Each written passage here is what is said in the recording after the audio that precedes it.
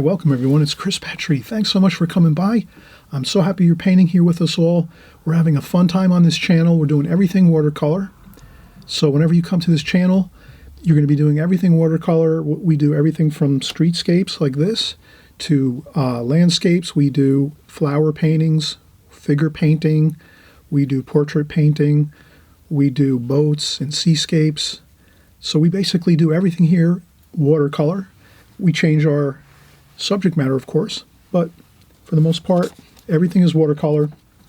And we're going to have a lot of fun today with this Oatman Hotel out in Arizona.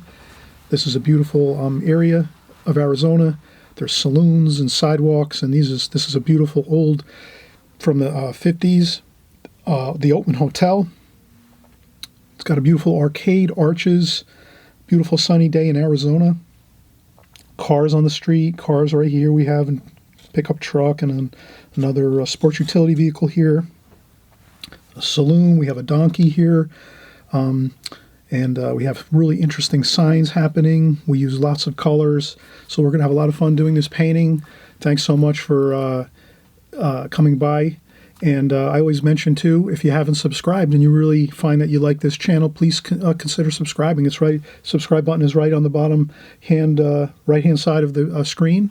You click subscribe. You can always unsubscribe if you do it now. It's fine. It's great. This way, if you don't like it at the end of the video, by the end of the video, you can always unclick subscribe, and But if you subscribe, you'll get all my videos. In case I don't want you to forget, please subscribe now if you can.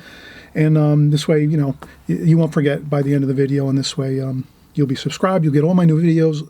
You check all my videos out. The ones you want to paint, you paint those, draw and paint those. And the ones that you're not sure if you want to paint them or not, you can just watch them. You'll learn a lot just from watching and listening to how we're doing things and watching how we're putting on the paints and washes and drawing and colors and all that good stuff. So I'm glad you're here. We're going to have a lot of fun doing this painting, and we'll just get started in like 2 seconds. Okay, we'll be right back.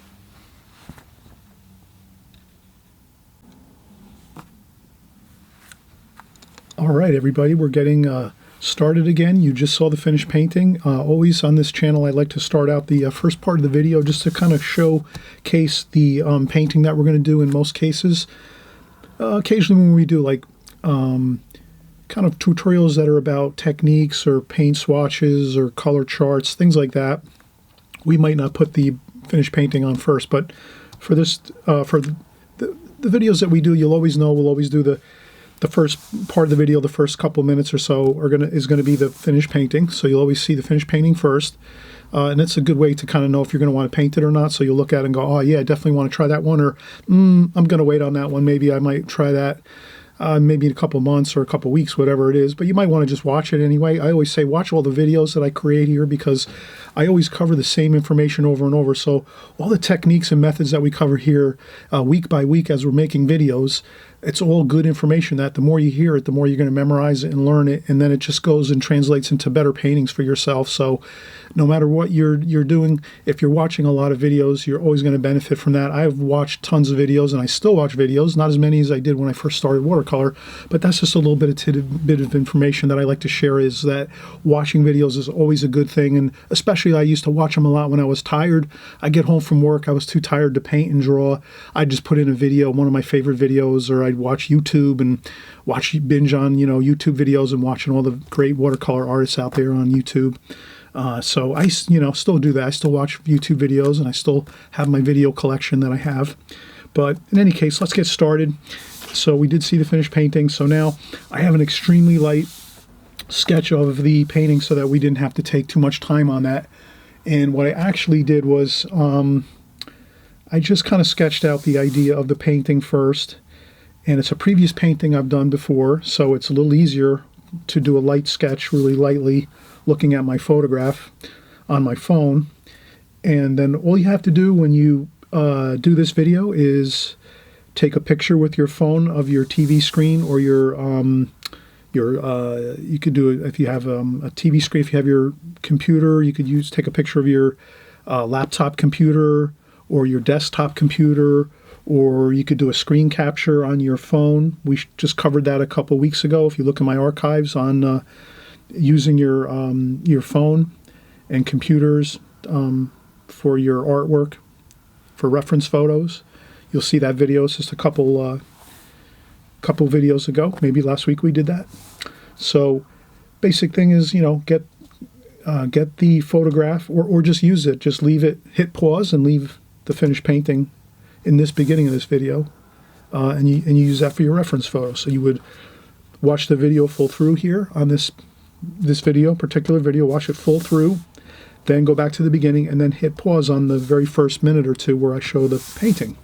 And once you have that full painting on your screen, you just hit pause on YouTube and you're set, and you can paint right from that. And if you have to tap your phone to have your phone light back up again, I do that too myself. My phone that I use, for some reason I can't get it back to the original settings where you could just leave it on and it stays on for, you know, hours or whatever. The screen goes dim after like a few minutes.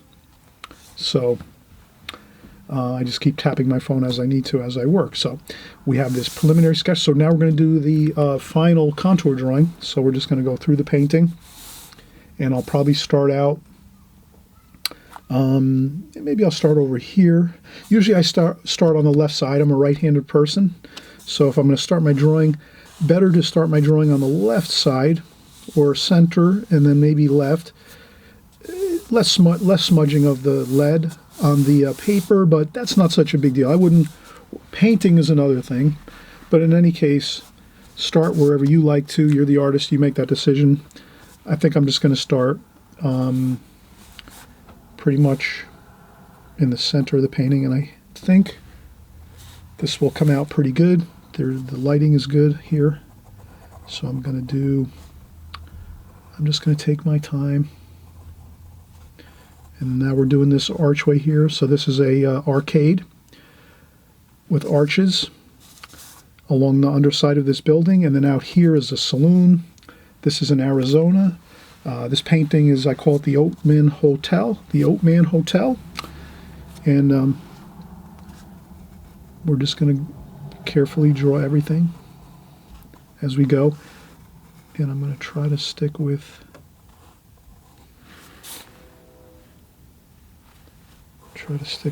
the so here I'm just kind of staying in the center of the painting.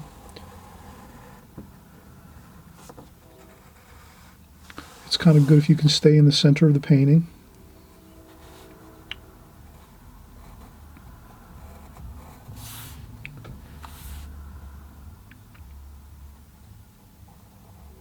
It's always good to do that if you can. And then I just kind of hop, skip, and jump around over here. This is the other part of the archway. These are columns, large columns, and then the archways in between. This is a really fun painting to do, to draw and paint. It's got that real like lattice type feel where you're seeing through the picture, lots of three-dimensional quality to it. That's our column here. And we have multiple columns over here. So we do that one there. And we have a donkey over here.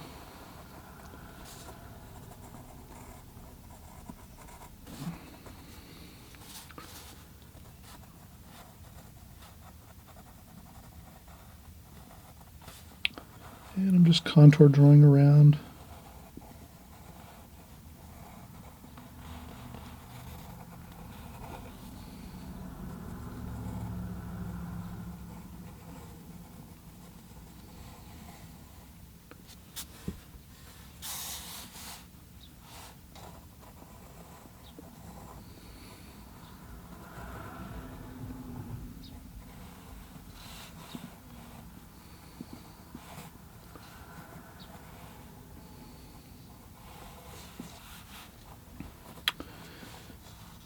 I'm just going to go around here.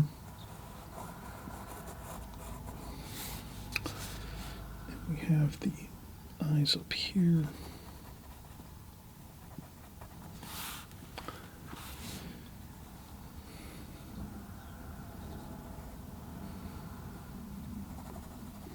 A little beard on our donkey here.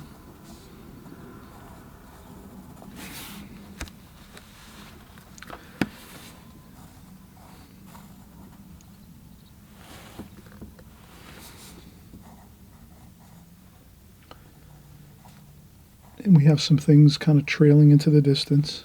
This is a bench over here, I think, too, as well, in the distance.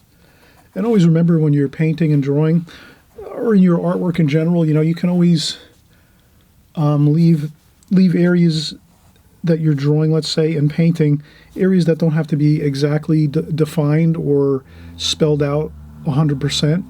So always remember that your human eye, when you're looking at something visually, art paintings and the TV, pictures, books, whatever it is, whenever you're looking at something, your eye only has a small, limited amount of vision that you focus in on, and can see very clearly, and everything is in really clear focus. So your eyesight has a limited area, somewhat like if my hand's like this. So if you can imagine your eyesight, whenever you turn your head, you're seeing everything very, very clearly and crisply in this amount of space here, and everything on the outsides is more fuzzy and dim. So if you can imagine, if someone's looking around your painting, or if they focus on the middle of your painting like here, the areas on the outsides are going to kind of be more fuzzy and not as clear in focus. So if you can remember that when you're doing your painting and your composition, when you're drawing and painting, you can just recall that, you can maybe make one area your focal point where you do most of your detailed work, and then the rest you can kind of leave soft and not as detailed. Maybe the colors aren't as bright and exciting. So that's just an idea with your paintings you can kind of use. Hopefully that'll be helpful. You're the artist. You can use this idea, or you may not like that idea and you just want to paint it, everything kind of the same. That's fine too. That works. But just an idea, a technique that you can use, or a method that you can use to sort of make it a little easier when you're doing your painting. So I'm maybe not going to get as detailed on every section of this painting. I might leave some areas where I don't have to make every detail critically accurate. Some areas you can kind of just leave a little more loose and free, and let the colors blend and homogenize together. So I'm going to continue here. We've been drawing here now for a few minutes. I think I can draw a little more, but I will take a break in a few. I always like to take breaks, and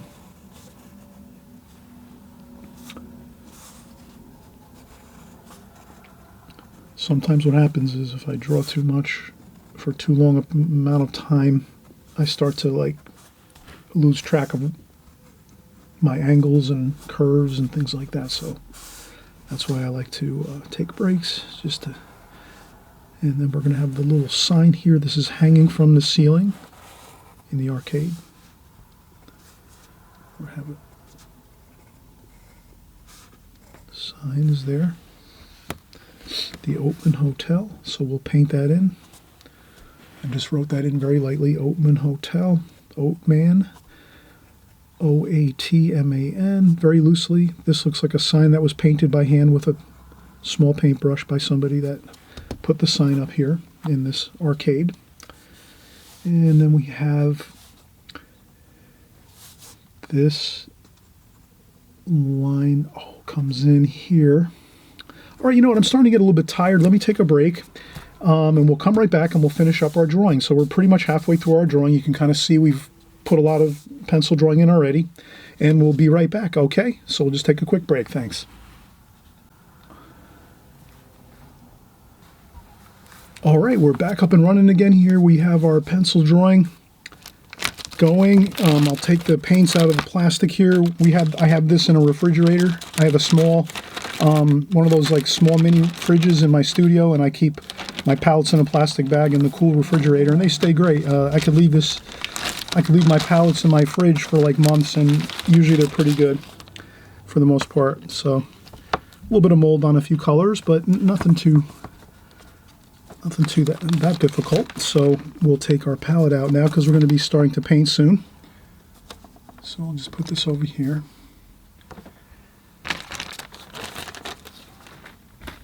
I just used a large Ziploc bag, and then I just trimmed it down a little bit and then put some clear packing tape on it to make it a smaller bag that fits just right with the size of the palette.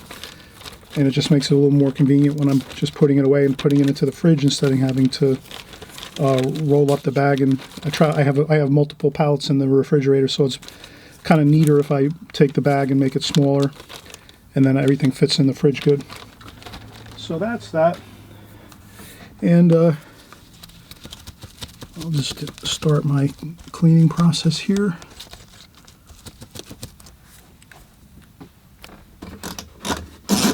So I just usually dip a paper towel in my water container, clean, fresh water. I change my water container all the time when I'm painting. And I just clean up the palette. And then maybe a little bit later, after we're done doing the drawing, we'll just take off some of the mold. There's a little bit of mold on the cadmium lemon yellow, so we'll do that. Not a big deal. All right, so we're going to finish our pencil drawing. We're pretty much, we've done we've done good here. We did a good job doing our drawing, so let's continue to do our pencil drawing. So I'm just going to finish up here. This is the soffit area, which is the ceiling area inside this arcade. So these are the beams up in the soffit. They're like large, heavy wood timbers, like 2x4s. And so we're just going to make the 2x timbers. They might be even bigger than that, but they're probably actually 3" by a foot or more. They look like heavy timbers, so we'll put them up here. And that's good. Once we have those lines, we're good enough. We're going to paint that all in, and we're not going to get too detailed with that. We just want to make sure we have it looking good. And then I'm going to look for my phone.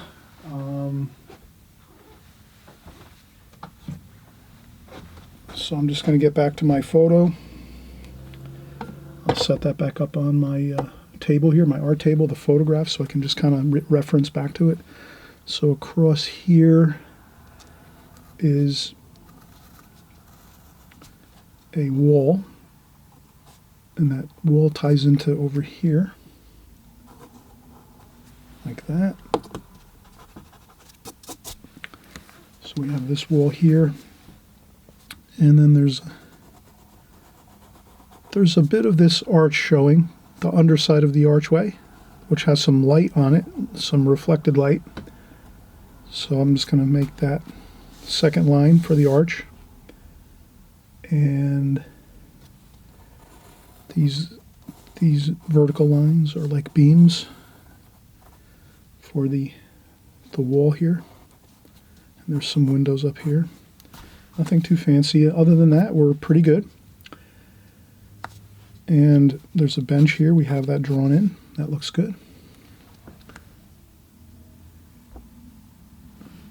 And again, I'm setting up my phone so that I'm trying to set up my phone. Sometimes my phone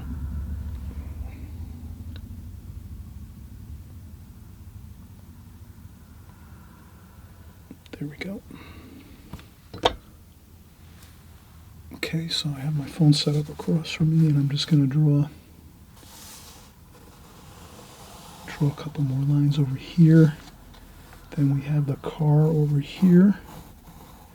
There's a sedan over here, and this is probably a photograph from the 70s, I would say. Late 70s maybe. So there's like a 70s style sedan over here on the right. There's also another column over here. Now that's really important to get that column over here in. And I'm just going to make sure it's here on the painting, and then it slowly slopes up this way like that. So that's going to be another column like these here, and it makes like a beautiful picture frames of interesting information as we go through the painting. I think that looks really good. Kind of closes in the scene too with this column over here. And then we have a utility pole here for communications lines, and that's going to be, and then we have some wires going across.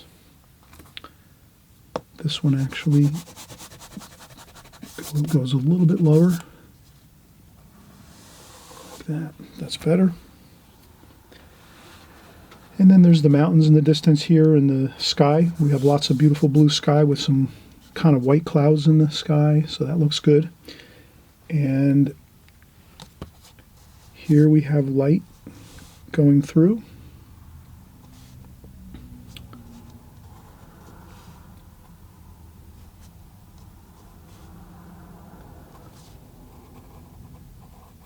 That's another column here. And then this one is like that. So we have some sky over here. So now, this is really a good time to mention that if you're doing a painting where there's, I would say areas you might have like a background, and then you have a foreground, and you have areas where you have sky, then some structure, these columns, and then you have sky, columns, and then more sky, and then columns. So sometimes when you have something like this in a painting, the best way to kind of keep track of it when you're painting is to maybe draw like an S here in this location for sky, and then an S over here for sky, and then an S over here for sky. This way you just kind of, when you're painting, you won't paint over your sky area with maybe the golden color of the columns that we're going to paint. So if that makes sense. And then sometimes too when you're painting, if you want to leave white paper, you can put a W where the white paper, you want to leave that paper white, you put a W in that area, and then when you're painting, you'll see that W and go, oh, that's right, I don't want to paint over that, I want to leave that white paper. Can you see how that works? So it's a help to kind of do those little things. They might seem a little bit mundane or kind of maybe too overly detailed or bothersome, but they really do help a lot. So that's what I'm going to do here. I'm going to make sure I put my S's for sky over here and over here and over here, where between the columns, and then over here obviously that'll be sky, but I just want to make sure I don't paint over those areas with a yellow and brown paint, because we're going to make this all golden yellow and brown. It's going to look really beautiful. So we're going to continue on here. And so I think we're looking pretty good here. Do we have anything else? I think there's some interior parts of the car here. And then there's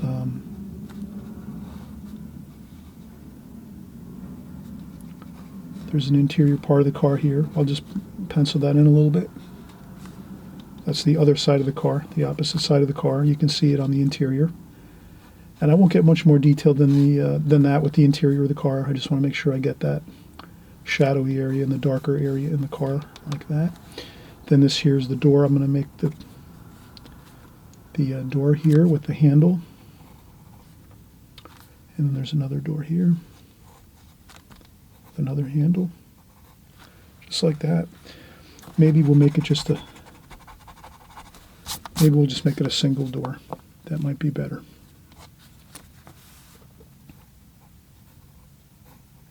Like that.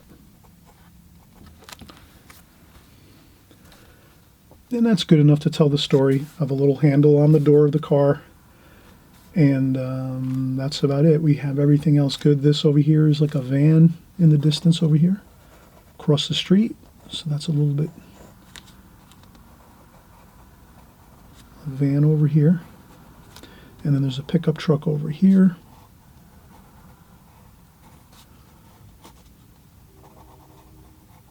Like that with a. So we're just doing our. And this might be, we need to. Vehicles are always difficult to draw. I'm making the front of the truck here. And there's the fender.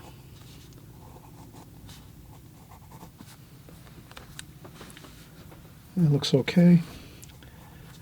It looks good actually. That's a good pickup truck looking pickup truck there. The mirror is always good to put on the pickup truck or the cars.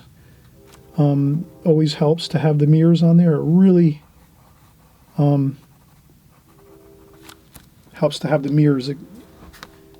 it just looks like something's missing if we don't put those mirrors on the vehicle. We're so used to seeing them all the time on the cars and the vehicles that they have to be on there. And then everything else looks pretty good. And then over here where the front of the pickup truck is, there's some windows over here, storefronts over here where this is. So I'm just going to put some of those storefront windows there. And the angles are pretty good. So I just want to sort of make sure my angles look pretty good across here. Looks pretty good. Like that. And there's also, we'll put a little more details here on this roof. This is a shed roof here. And there's a window over here. Might be a sign. I think that's a sign actually on the building here. And there's the top of the wall up here. So that's a wall there. And then over here's another roof.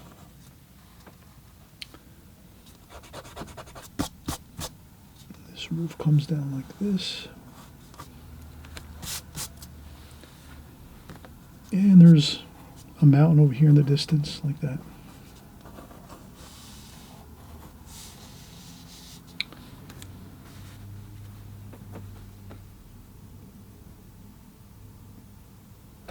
And I think that's good. I think our drawing is fine. We have plenty of details on our drawing. We don't want to go overboard and do every single detail. We have our signs up here. Let's do one more thing here. Let's do the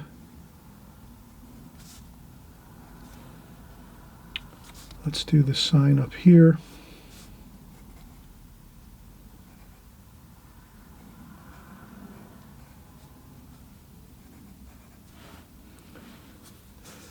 And then just a little bit of,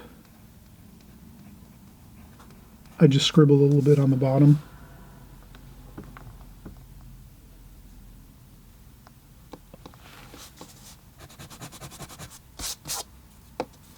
And I can make out some of these words here. Let's see, this is cold pop. And what else is that over there?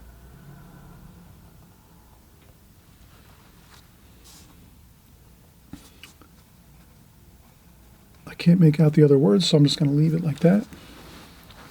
And then over here is bar and cafe. So there's the R over here. And then cafe.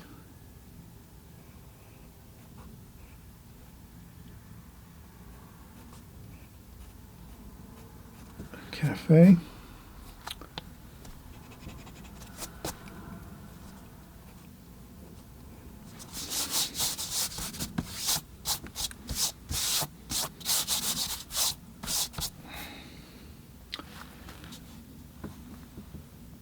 And then there's one bar over here. So they just have a little bar painted onto the column here, letting people know there's a bar over here. And again, I think that's fine. We have plenty of the drawing done. We can go in and start doing our painting next. There is one more thing we can do. The signs here.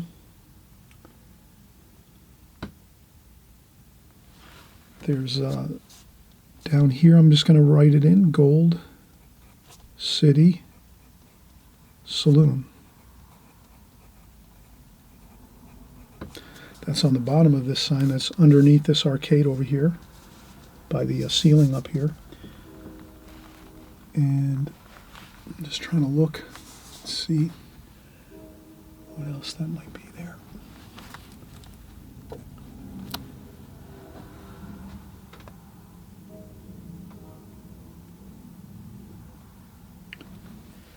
Okay, that's it. And then there's another.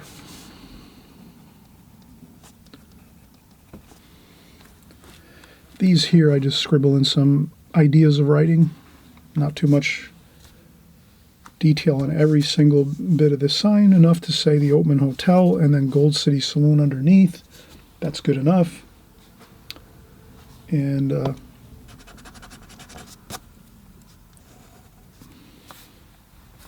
that should be good. Okay, so we're going to come back in just a few minutes. We're going to take a break, maybe 5-10 minutes, and we'll come back and we'll start painting this scene. And I think we're going to have a really fun time painting this. We're going to say, before we start, let's get our light insignia on the top. Our light insignia should be up here. It's the light's coming from this direction somewhat.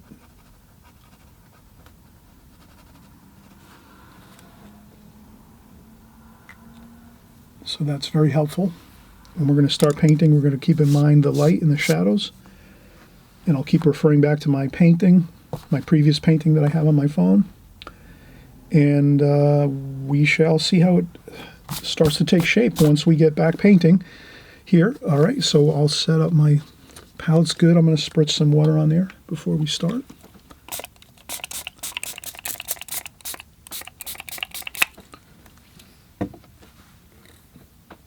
Okay, we'll be right back. Okay, we're ready to paint, everybody. Let's get started. I always start out with fresh, clean water in a water container. This is a Holbein collapsible water container. Really light, really good. It's got a metal handle on it. You can hang it on things, or you can just set it on a table. That's fine. You can collapse it and squish it down to make it smaller if you want. But this is really good, and I also use a canteen as well, so I have that. And what we're going to do is start out, we're going to use the alla prima method. So all of you follow me all the time, you know alla prima is just basically we're going to start in one place in the painting and just work from there and keep going. And we're not really going to be doing any overwashes and anything like that. So that's basically the method we're going to use, the alla prima method. And I'm just using my reference photo, and I'm going to start out with some of the darks and medium darks over here on the right side. And then, actually, I'm going to start over here. I should start over here since I'm right-handed. I'm better off starting over on this side of the painting and working this way.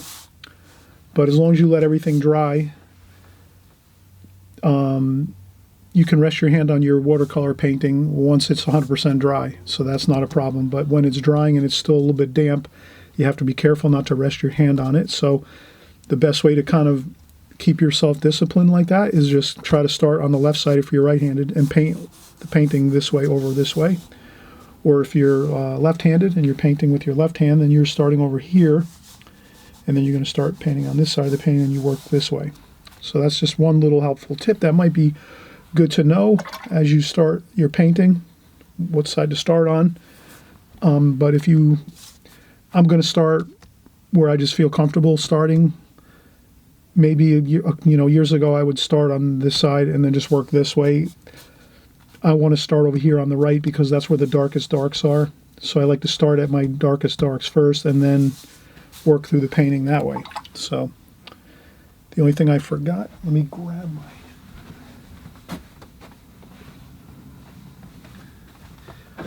Okay, so I just have my apron. I like to use an apron when I paint.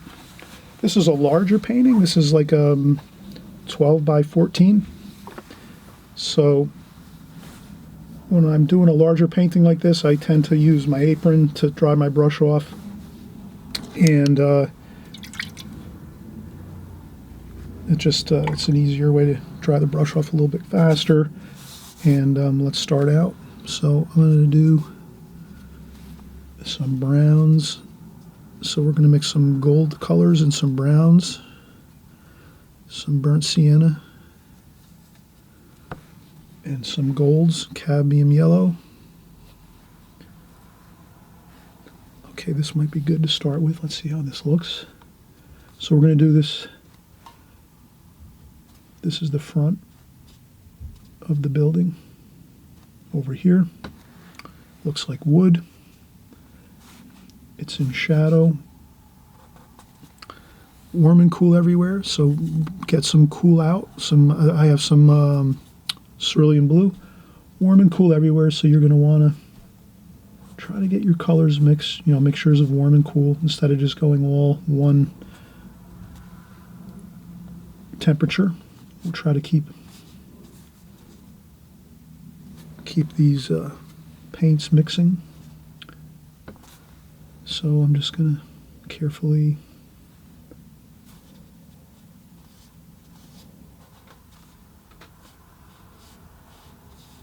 I'm trying to go the way of the boards here. There's vertical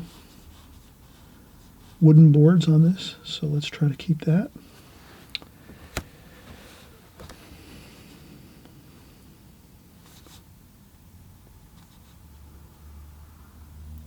And this side's in shadow, cobalt blue, a good all-purpose blue for some darker shadows over here.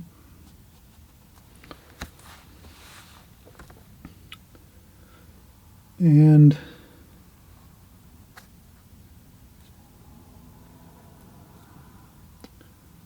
let's see what we have next here. Okay, now we're going to put a little bit of green. I'm going to use some Viridian green here, mixed in with a little bit of that blue, cerulean blue. And there's a bit of a cooler roof over here with some green and blue.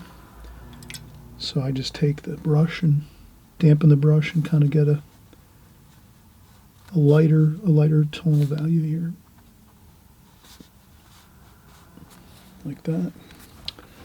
And we're going to have more of that brown color, maybe a little more blue and brown.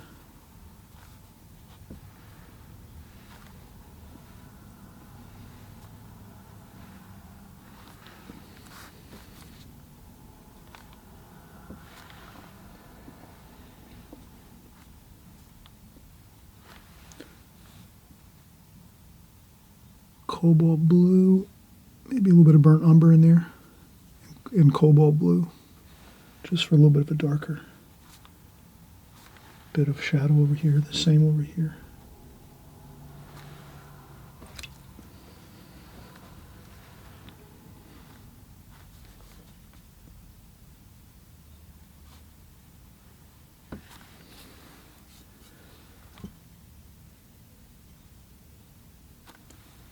And I'm going to get that golden color in there too.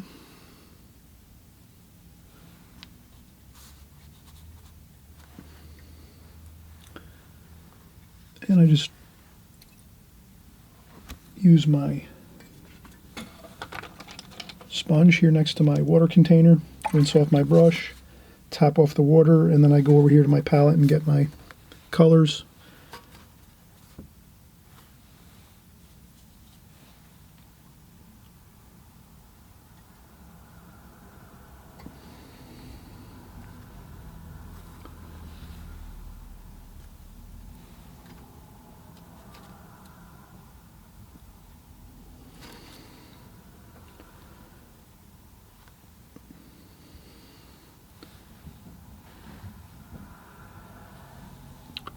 And some more burnt umber and French ultramarine blue, maybe a little darker under here.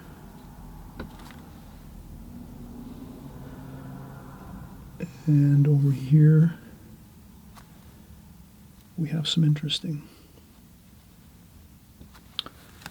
cobalt blue and burnt umber, French ultramarine blue too, burnt umber, a good dark we're going to use over here. Like that. So I'm just trying to get the feel of things, but these are the really darks, the darks over here, so that's why I'm starting over here. And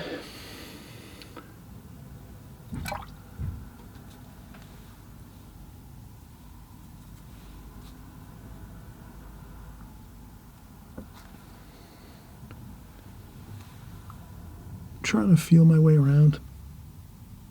I'm working from the painting, the photograph of the painting that I did a couple years ago. And then more of that wood color over here.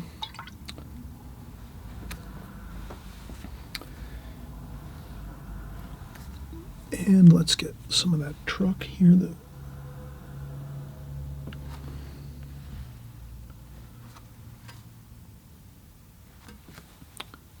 Some more of the darks here for the tires.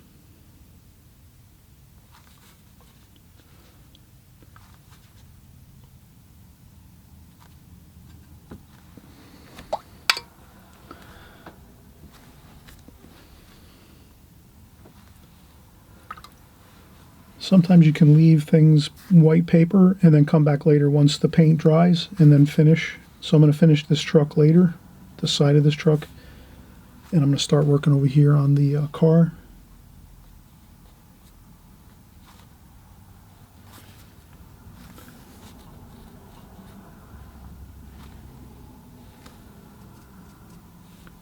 And a little bit of a dark over here on the car, the front of the car.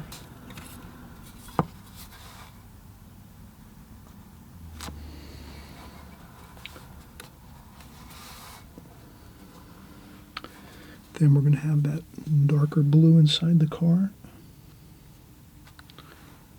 Maybe some blue and green, Viridian and French ultramarine blue, touch of brown. Kind of a cool color in there.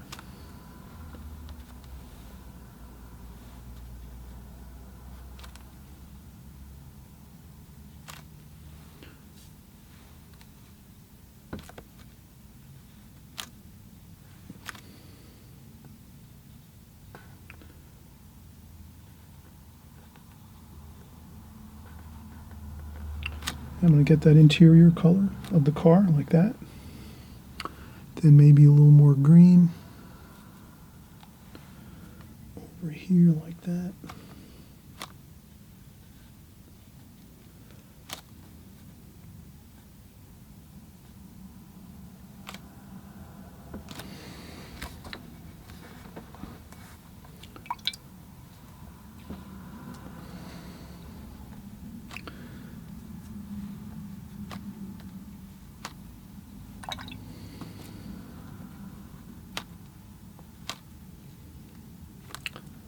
And I'm just filling in a little bit of a lighter wash there.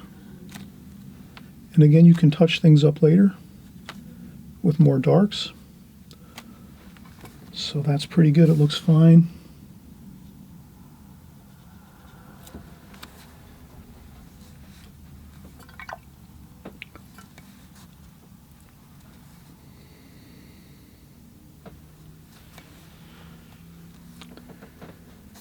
And then we're going to do some colors on the side of the vehicle. A lighter wash for this side of the vehicle here.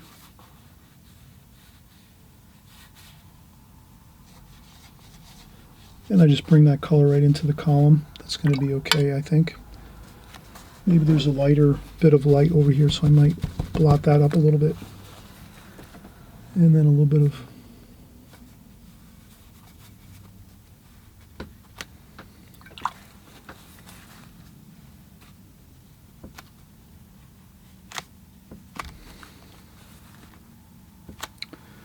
and then I'll make a little bit of a darker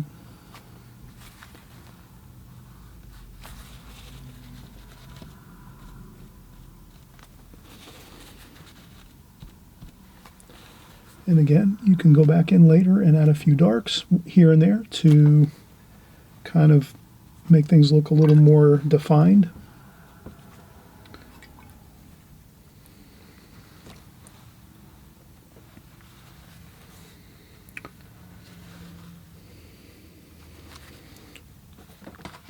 Never a problem if you see something like a flaw in your drawing, you can draw something over again. So I think I made that other van over here too large, so I'm making the roof smaller like that.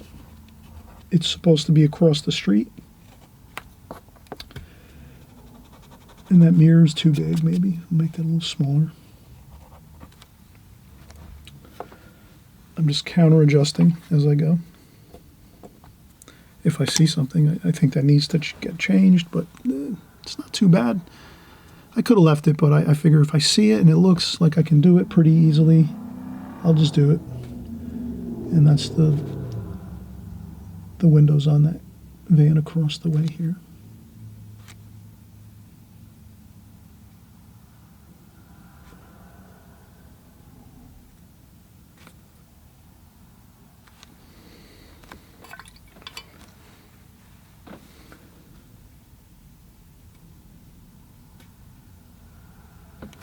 And we can add a little bit of dark and light to it a couple of spots.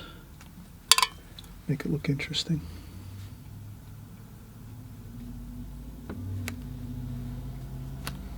Here we go.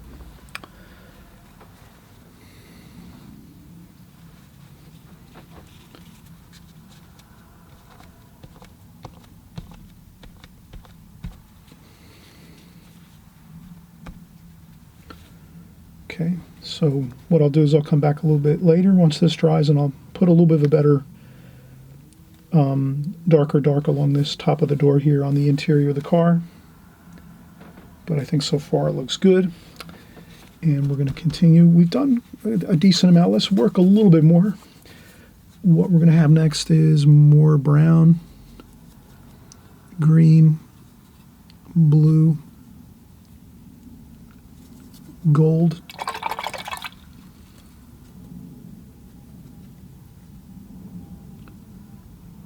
cadmium lemon yellow, and cadmium yellow. So we're going to want to do that. Now I'm going to take a very, very light wash of some yellow. Put that on the car door and the side of the car, because that lemony kind of golden yellow is coming from here. So we want to add that into the car. It's picking up the reflections of that gold color, that brownish gold color. So we want to make sure we have that over here. And the same over here, brown, burnt sienna, so burnt umber, burnt sienna. Rinse the brush off, dry off the brush a little bit on a sponge, and get some cadmium yellow, maybe some cadmium lemon yellow too. And we're going to start doing our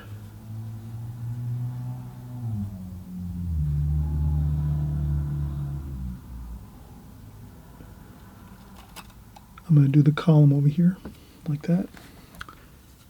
And I'll make some dark here and there. Like that.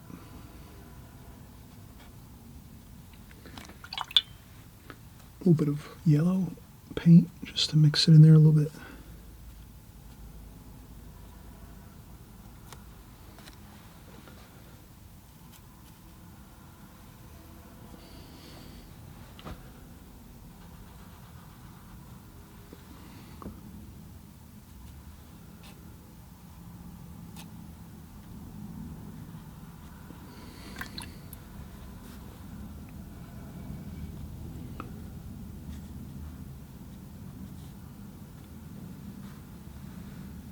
A little bit of warm and cool everywhere, so I'm going to put some blue on this too as well.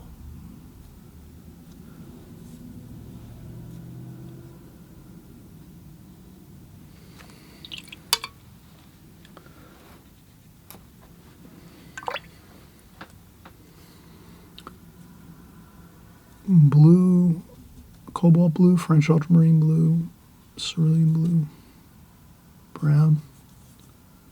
Mix up a little dark.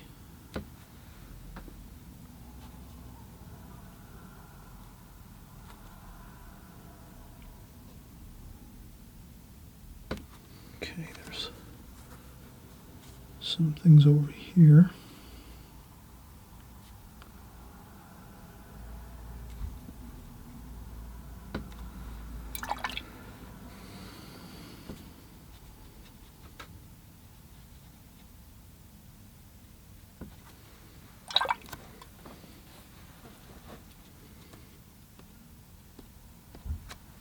And I lifted up a little bit of paint. Maybe I went too dark there, I think. So that's why I did the, I lifted up a little bit of the paint. And then we have the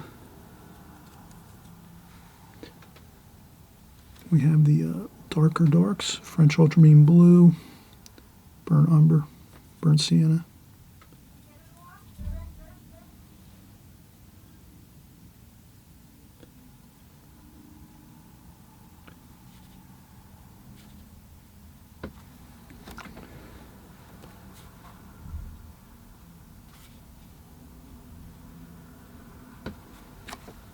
And we're just making that road color, the pavement here.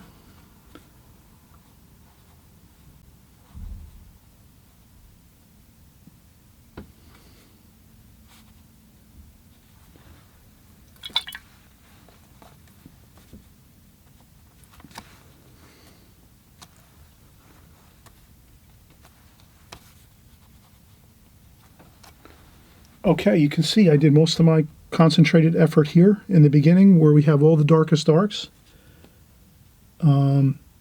Important to do.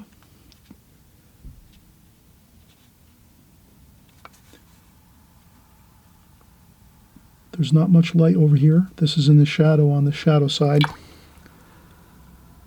So I'm doing the shadows over here with blue.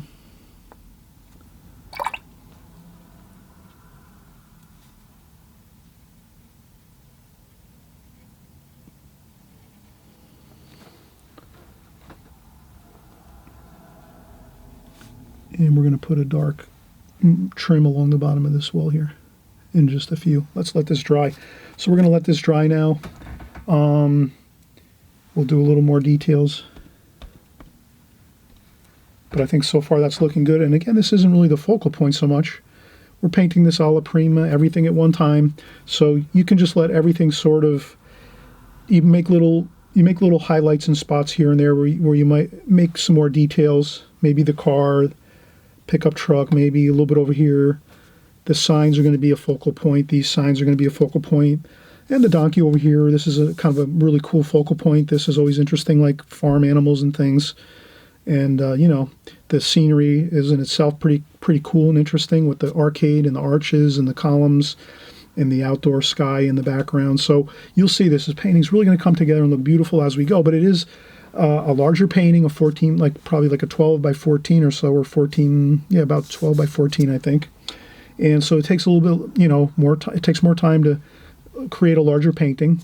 And this one is really packed with a lot of interesting information. So we're doing a lot of detailed work in here, with a lot of drawing, a lot of, you know, shapes, different kinds of shapes, and lots of different colors. So keep that in mind. This is a painting you can really take your time with. You can work several weeks on it if you want, but the real best way to do a painting like this is kind of just try to do it in like a day, a full day, maybe 8 hours or 6 hours, however you can do it, maybe 4 or 5 hours, depends on your skill level. But I just want to keep using the same colors over and over and over that we're using now, and then keep working through the whole painting. And I think we can get it done in another maybe hour, probably. It takes another hour to probably finish this, I think. We'll see how it goes, but definitely going to take a break now since we did quite a bit over here. Some of these other areas up here are less detailed, so that'll go quicker. All right, we're going to be back in just a few minutes. I'm just going to take a break for about 10-15 minutes, and we'll get started.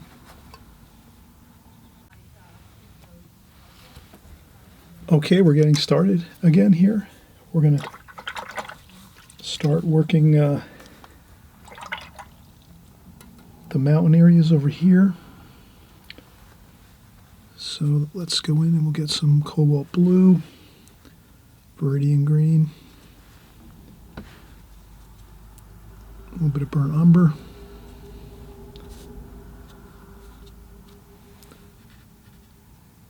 a little more green, sap green there,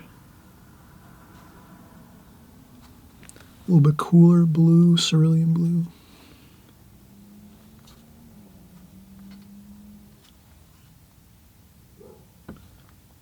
And again, I'm trying to keep in this one section on the right here. I think it's good to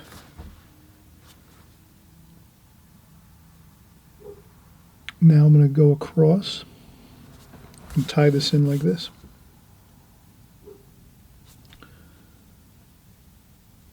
That.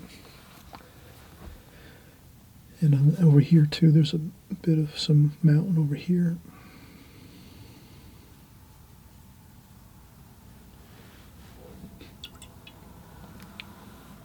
A little bit of purple.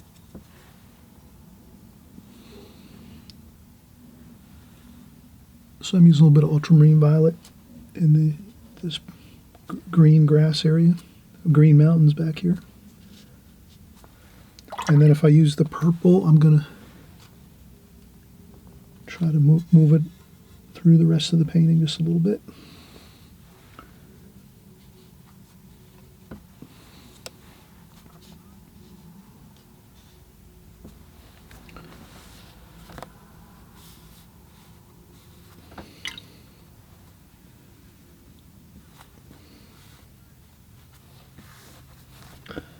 And blend that in. Okay, so we're going to keep working here. And then we have some more distant mountains back here. Purple and blue, cerulean maybe, and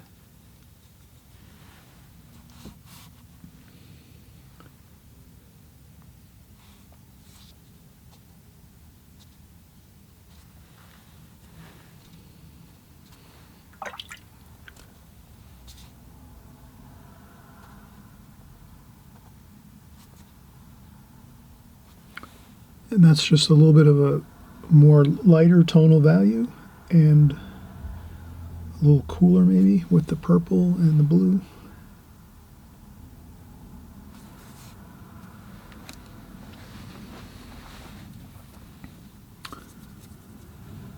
And then maybe just a little change of color here.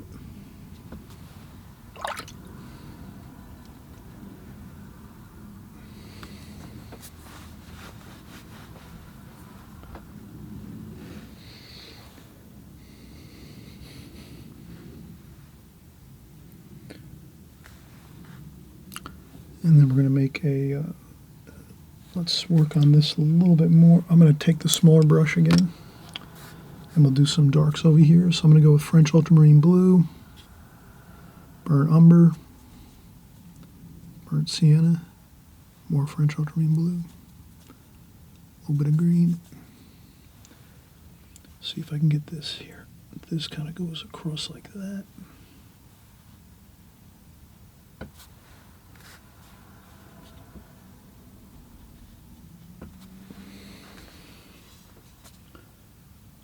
And that's some trim boards over there. Then I just have to make sure I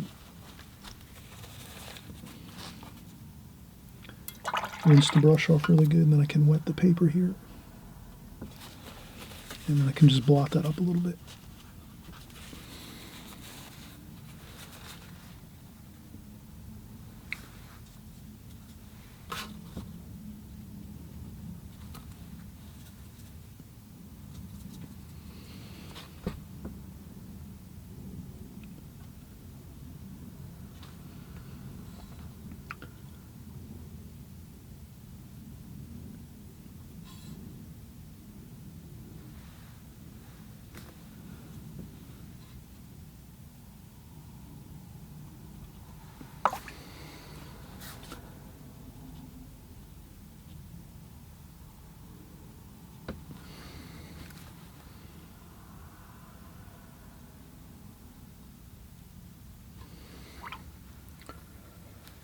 Okay, and I'm going to bring down, this is a metal roof over on this side here, so we're going to leave that,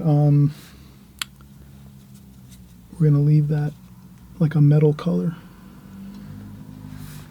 This might be darker over here, some blue and brown. That's a wall here.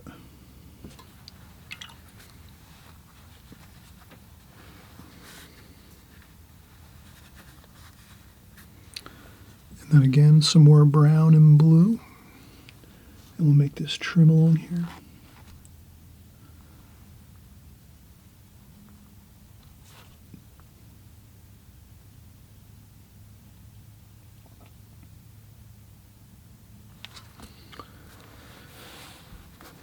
That looks pretty good.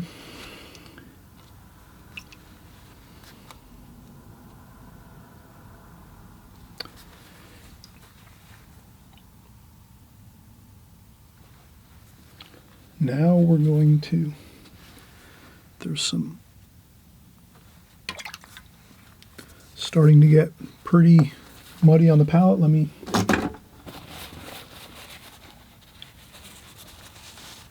just going to clean up the palette a little bit.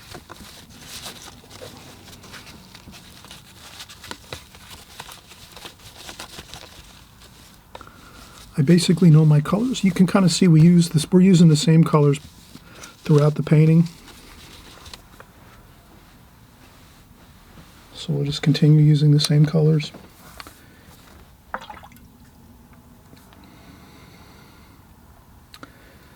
Here, I'm going to go with a lemon yellow, cadmium yellow, a little bit of Viridian.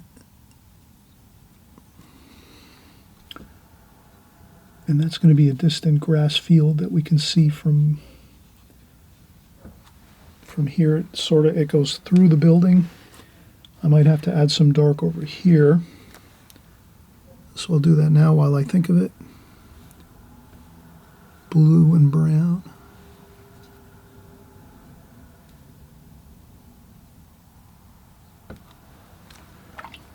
Okay, that's the edge of the building. This is the grass field out here.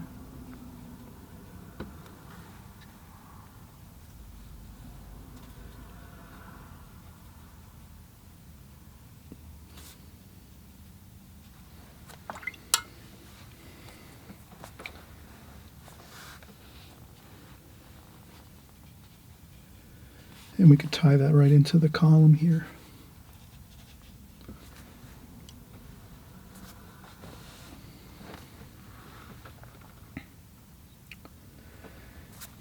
And then there's a dark over here I can see, which is French ultramarine blue, burnt umber, burnt sienna. That's like the dark we usually always mix for darks. And that is over here. There's some darks there. And once this dries, we'll put a couple, there's columns here that go like this. So we'll add those in once that dries. So we don't want to add anything in here. This is still wet and damp. And I think we're looking good so far. Some blue in there.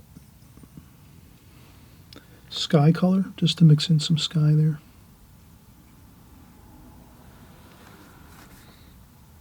And we're going to use some of that cobalt blue sky color on this roof here. Just a little bit.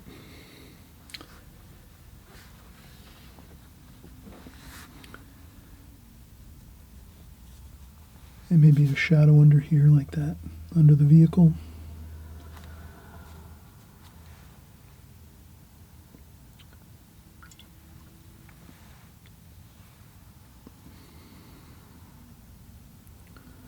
And then raw umber here.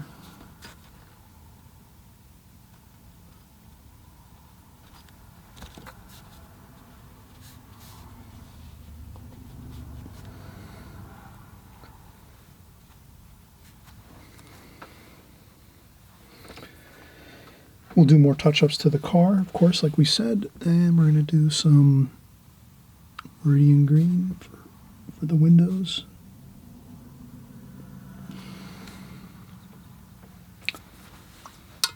Okay.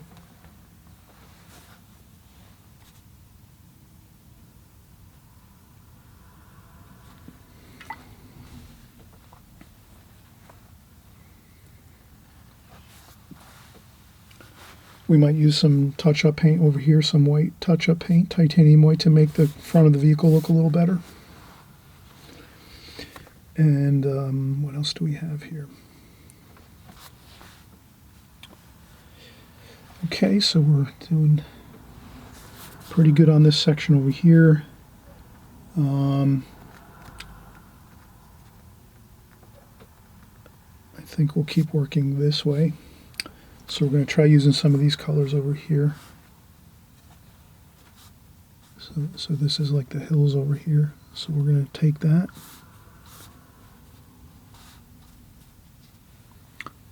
And then some more Viridian green, sap green, yellow.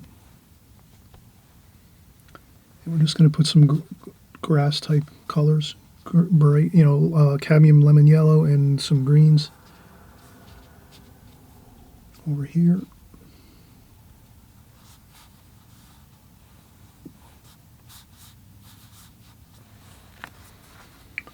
And a couple of greens over there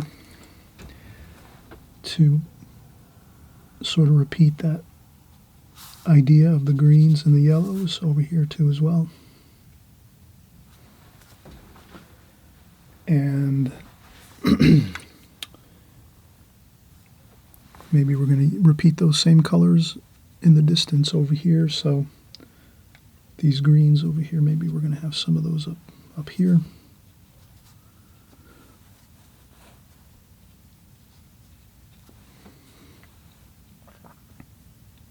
Sap green, viridian green, burnt umber, cobalt blue.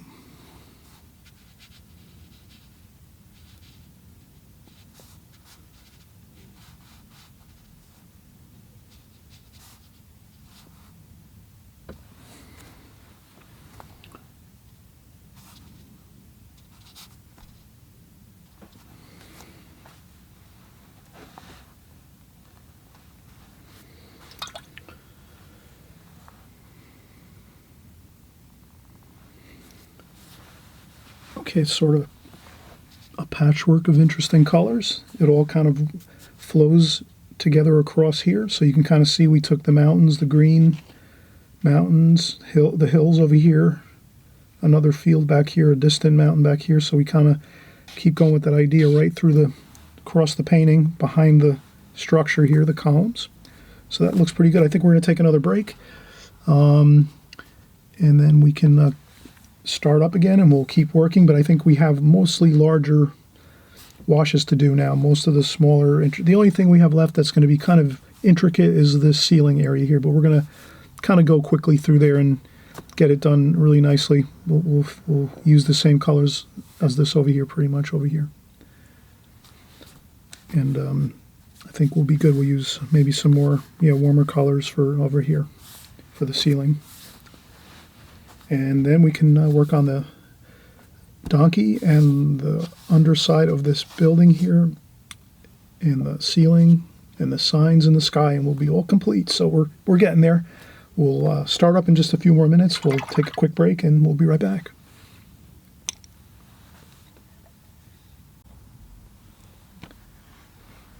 All right, we're starting up again here. We're working, continuing on. We notice that we did start with this right-hand corner here. That's where most of the darkest darks are, and it's the most intricate and most detailed part of the painting. So that's why I chose that. It's alla prima style painting we're doing right now. So that's the methods we're using here, alla prima method. And I'll continue on. We're going to make some darks here: French ultramarine blue, burnt umber, burnt sienna. That's our staple dark usually we use. And we're going to finish this here. These are the posts in front of this saloon over here. And so we'll have that completed like that. Okay. And there's a post over here. So we'll just do that.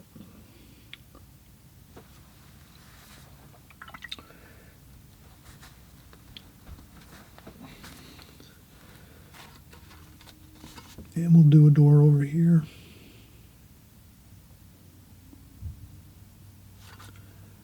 Maybe we'll do a window there.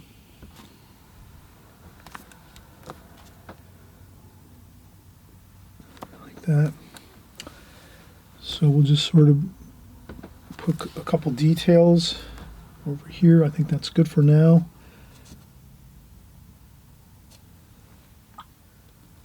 Rinse off the brush, dry it off on a sponge. So I'm using a sponge next to the water pail. Dry off some of the water, then use a damp brush, and you can just kind of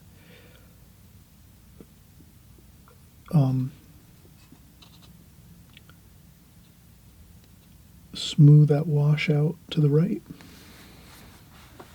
Maybe a little more cool there. A little bit of coolness under there.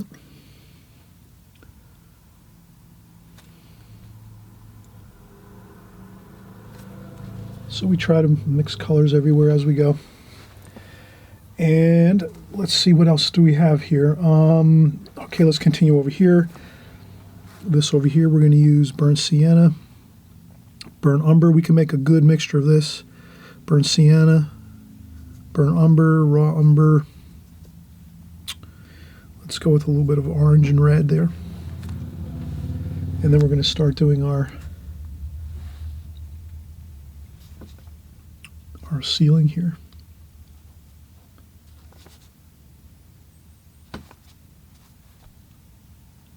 And if you have a really fine area, you can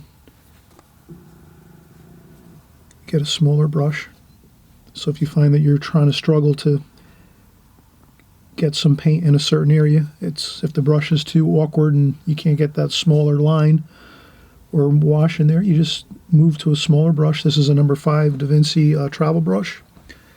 So this is the smallest brush I usually use, I would say. Except for my needlepoint brush that I use. That's really fine, but that's for the finer details of things. And then I'll try to keep changing my colors here. So I have reds, browns, a little bit of cool too. Let's use some cool in there. Cobalt blue maybe. So we'll mix in some cools here as well. And these are the soffits, or ceilings if you will, of this arcade area, where there's a saloon to the left here. A hotel is to the left here, and a saloon, I think.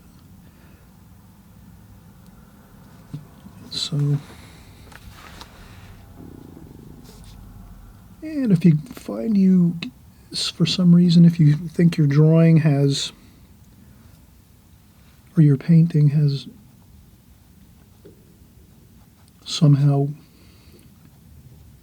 like if you mix up a line or something, you don't have to really worry about it. In an area like this over here, like the ceiling area here, I don't think it's a big deal. Not too many people might really look at that really, and kind of critique it or think about it all that much. I think people will understand that's a ceiling area over here underneath the arcade area, the arches, and the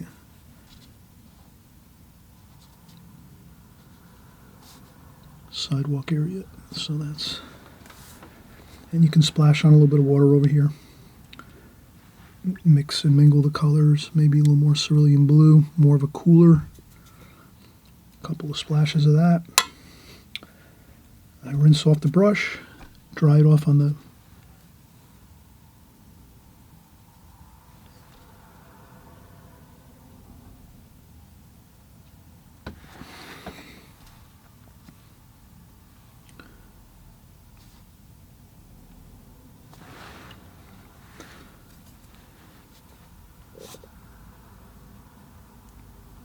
and I just continue to get these washes in.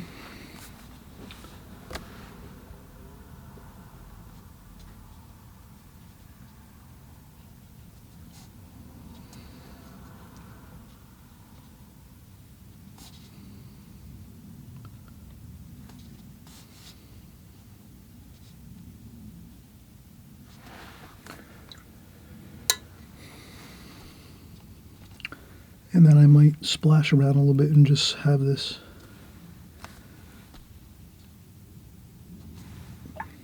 mix and mingle a little bit with the colors and I hope you notice that I start out making these dark sections smaller, and then I make them closer to the white lines, which are the actual timbers. So this way,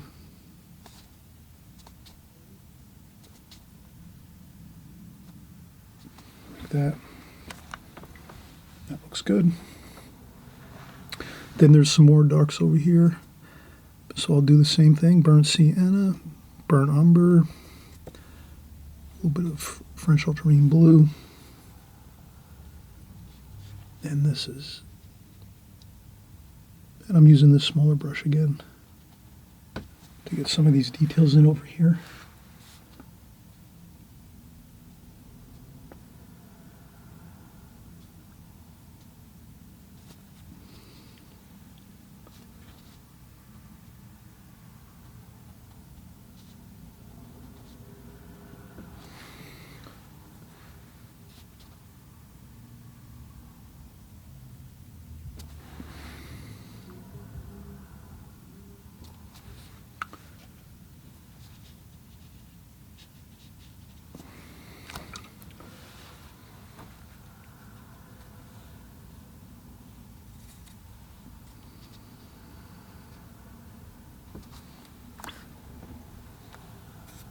I'll pick up some greens.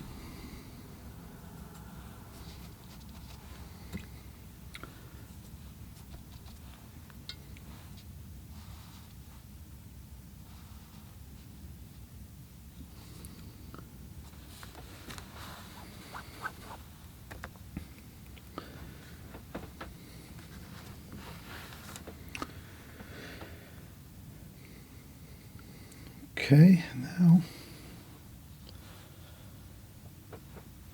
I'm just going to make a little change here. Again, feel free to, if you see something you need to change for your drawing, you just change your drawing a little bit.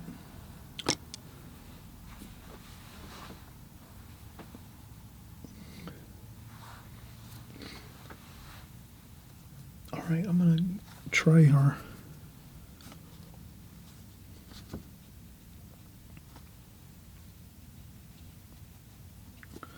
we're going to paint in our donkey now, so we're going to do some darks over here.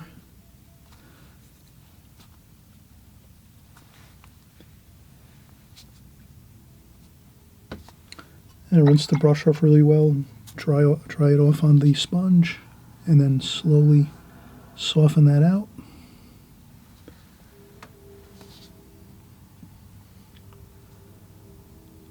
Like that. And there's a little bit of shadow under here. And a little bit of green. We'll mix in a little bit of green and blue. A little bit warm and cool. And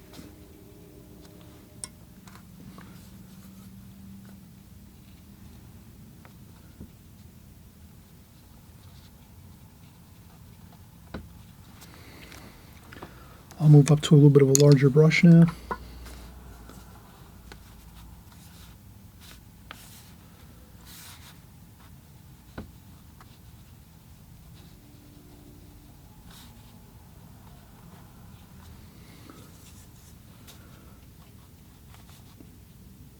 So it's a little bit darker under the belly of the here, and I rinse off my brush, dry it off on the sponge.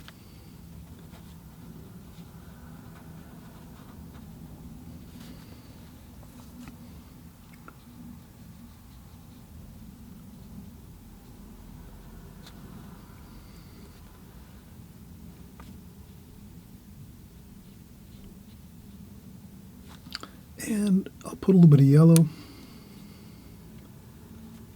in that wash, just a little bit. I can paint into the column over here, like that.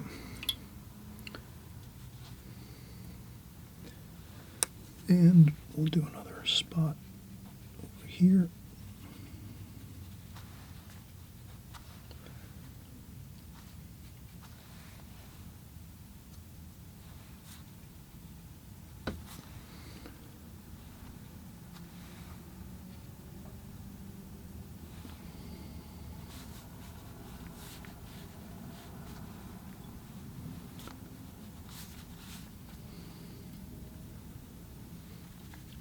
And a little bit of darks over here.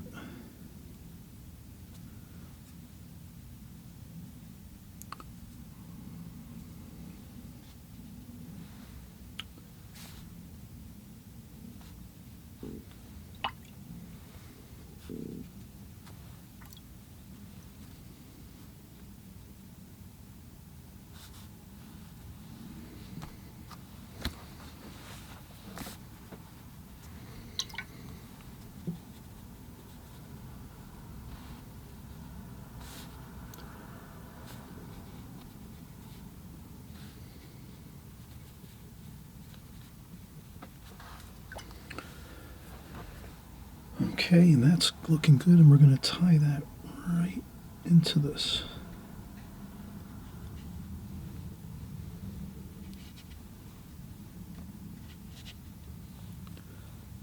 And then as I go into these post areas, column areas,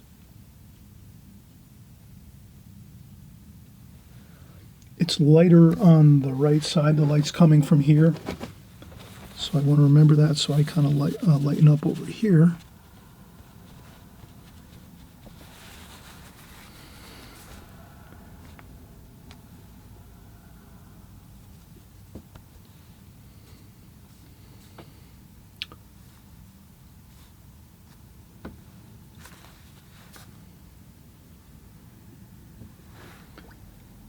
Then I'll keep working up this way.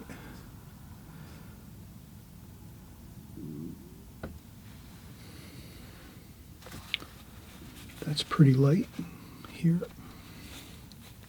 A little bit darker there.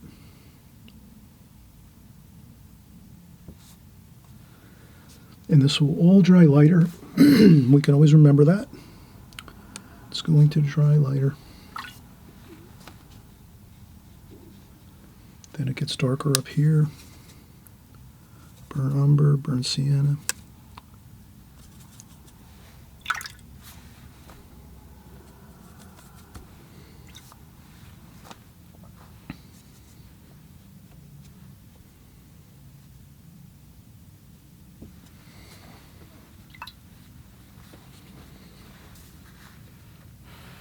Okay.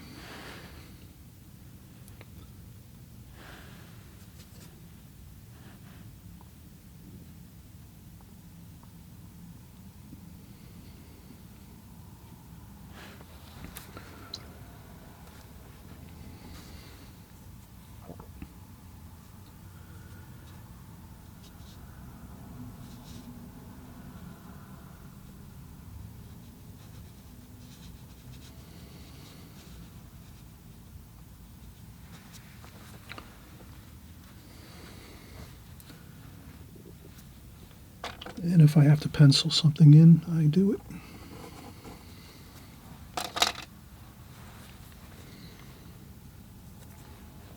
So if I miss a line or something, when I do my drawing and I forget a line or I miss a line that I forgot to put in there, or I just never got it in there, I put it in while I'm painting, just so I can get it in there and do it. And we're going to make sure to do some more.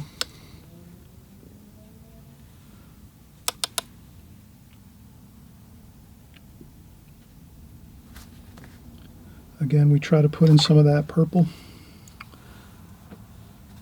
violet, ultramarine violet, here and there. The only thing I'm very careful is to make sure I want to add it to the areas that are dry already. I don't want to add in paint where it's still damp as much as I can help it. It's kind of a good habit to have. To try not to do too much adding of paint to areas you just painted. So we've done this already. Now we've got, I'll go with even a larger brush yet. This is a number 12 round brush.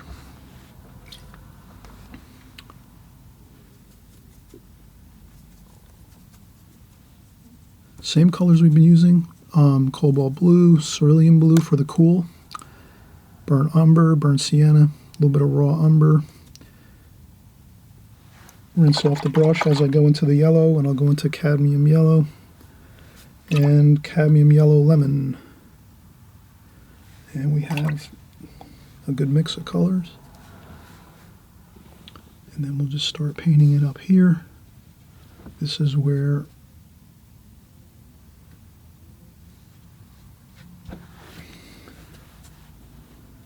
we add a little bit of mysterious shadows. And you always remember that when you're painting, you know, anything really, but especially like something like ceilings or, you know, walls. There's all little shadows here and there on walls. They're not really just one color or one tonal value, I should say. So that's all we remember when we're doing this, is that we'll put in some yellow, try to infuse some yellow into this.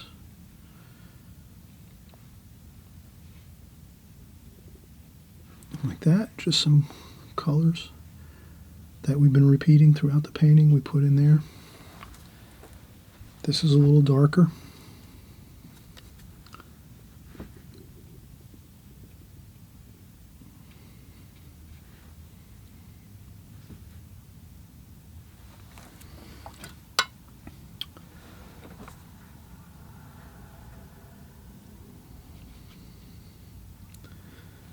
And this is lighter. So it's more water, less paint.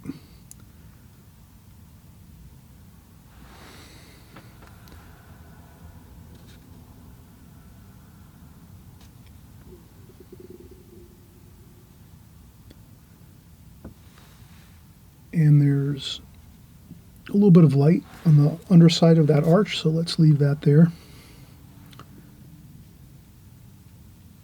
I tried to leave a little bit of white paper, dry paper, in between the top ceiling area and then the wall here. This is a wall, like a vertical wall, straight up. And then this is a ceiling up here, the underside of the ceiling. So this is a little darker, and then this is a little lighter. So we can even blot up a little bit of paint from there, just to get it a little lighter in tonal value. And this is good, this top section. And then we have a dark we'll put in over here once this dries. We have a dark we need to put in there. This looks good. And we have some blues that we can, then we can take this same color we've used and we're going to put that in the sign. Rinse off our brush, empty our water. The water's getting muddy looking. We want to, now that we're doing really light washes here, very, very light washes, light as in tonal value, not much paint at all, just barely wash on there. We rinse off our brush in fresh, clean water, dry off our brush, and then we can take this wash and it'll remain very light for us. Now, if we had muddy water in our paint container and we hadn't emptied it and put fresh in, we would run the risk of having a darker tonal value on this sign, and we don't want that. We want to keep this sign light in here. It's a bright sign, and we're going to put some yellow in there. We're going to put in some cerulean blue, some meridian, mix it up, add a little bit of warm and cool.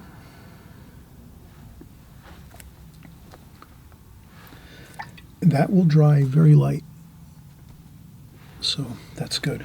Okay, so that sign is completed.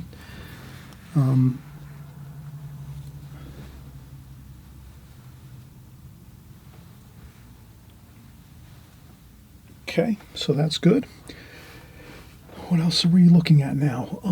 Of the again, very, very clean, fresh, clean water in my pail. Then I can get in some really subtle lights on some of these areas. Here, there's some yellow. If you find your paints are mixing up too much in the palette, you can always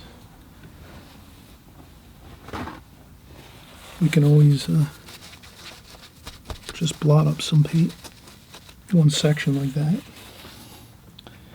and then we can get some more paint out there, some cad lemon yellow and cadmium yellow,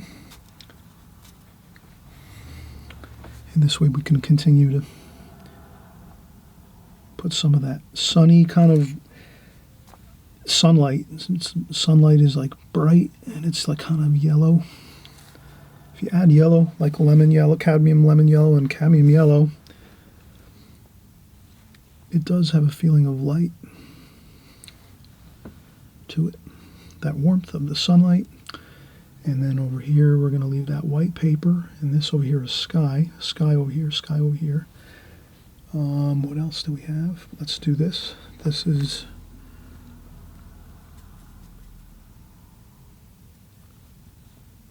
cerulean blue, viridian green, cerulean blue, cobalt blue. And then we're going to add some raw umber here. And some burnt umber too. Raw umber. And then we're going to paint this in.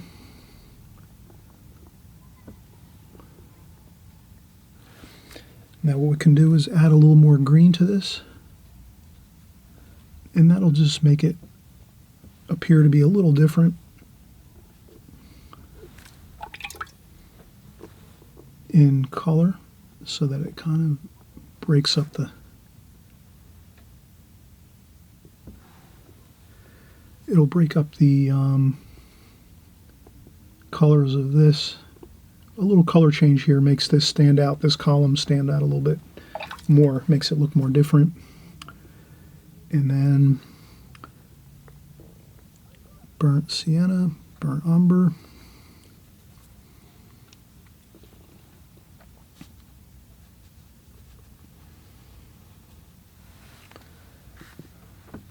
And then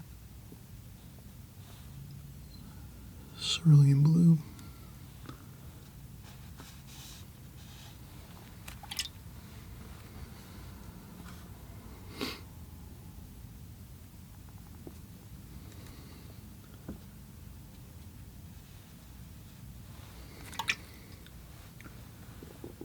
And if it gets too dark in a couple places, you can just lift up a little paint like that. And we're going to go over here and do this. We'll make a little bit of a darker tone with raw umber, burnt sienna, a little bit of blue.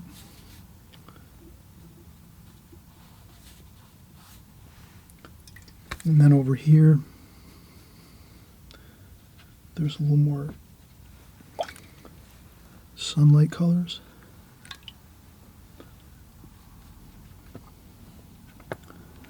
And if my colors look a little bit, I'm starting to see that I have some darker washes that kind of infiltrated down this way. So I'm going to try to make sure I don't get too much of that darker wash in there. And then I'll go back in and get my lemon yellow. Take the time, please do. Take the time. If you see some muddy problems on your palette, like things running into other colors and you're starting to lose control of a color, like this lemon started to get that blue and the darker washes and the browns down in this corner here of the palette, take the couple seconds and try to take the paper towel, wipe up that area, and then this way you can get back to the better colors, the washes that you need here. So we wanted to have definitely some really nice yellows and on this side over here, like that.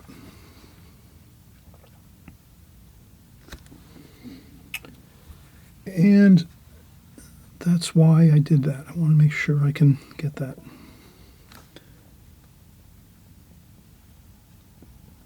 And then you can do a little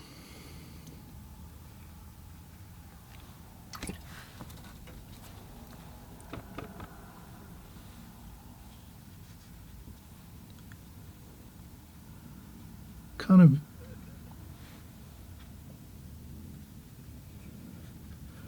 since this is very close to us, we can get some different more details in this. So we're doing a little more details. Maybe I'll splash on a little bit of, we're going to make this a little bit, some splashes on there like that. I'm going to put a little bit of blue, cobalt blue. That's again where I'm going to change the water. I'm going to wipe up the palette a little bit. Good time for a break, so we'll take a break. I'll clean up the palette a little bit. I'll take a break, and then we're going to come back and finish up. I think we'll be able to finish up in the next 10 or 15 minutes. We just have to do the sky, the signs, and some of this over here, the bench over here, and the concrete sidewalk and patio over here underneath the arcade. So I think we're going to take another probably half an hour to finish this. But I think, yeah, half an hour should be good. I think we'll be able to do this in a half an hour pretty much. So this is a marathon of a painting. It's a lot of details again, and we're going to have more fun and we'll be right back. Well, we are back again, and we're continuing on here. Let's finish this painting. It's going to be fun from here on out. Let's start over here. I noticed there's a darker color. It looks like maybe I'll mix up a darker bit of wash up here. Burnt umber, burnt sienna.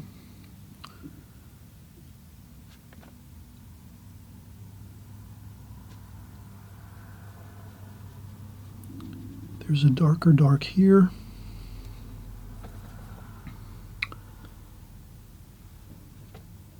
So I'm going to take my time. This is all dry up here now, so I can rest my hand on the painting, and this way I can get a much better straight line with my brush. And that's all I needed to do there.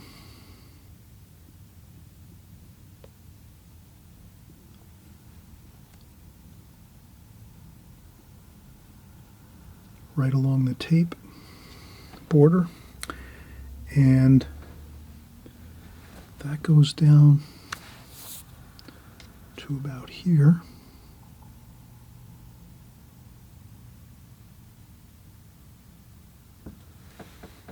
And then from there,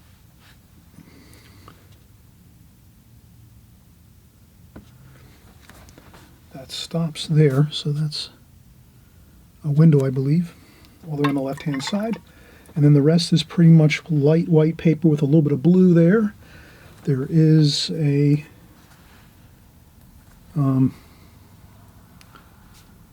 there's something over here, a dark.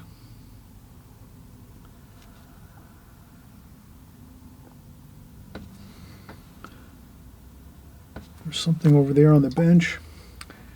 And then there's more, there's a bench over here. So we're seeing the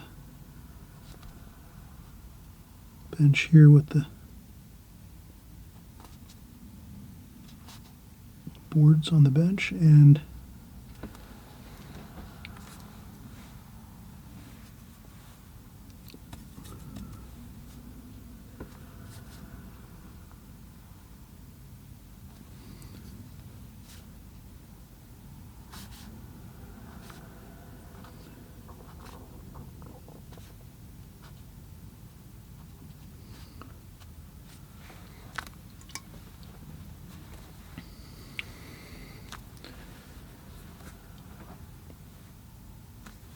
so there's that bench, and there's some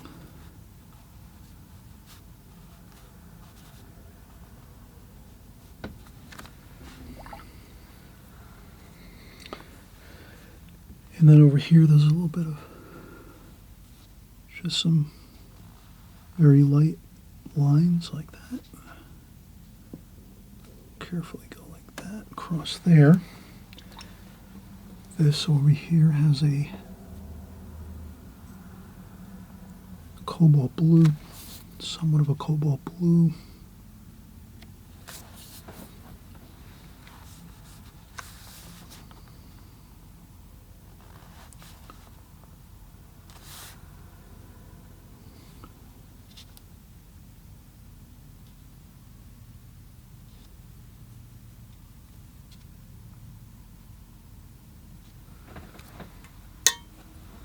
And that is like this here. Okay, so that's a line there. And then we still have plenty of, we just changed our water, fresh clean water. And there's a little bit of purple on the concrete here and a little bit of yellow.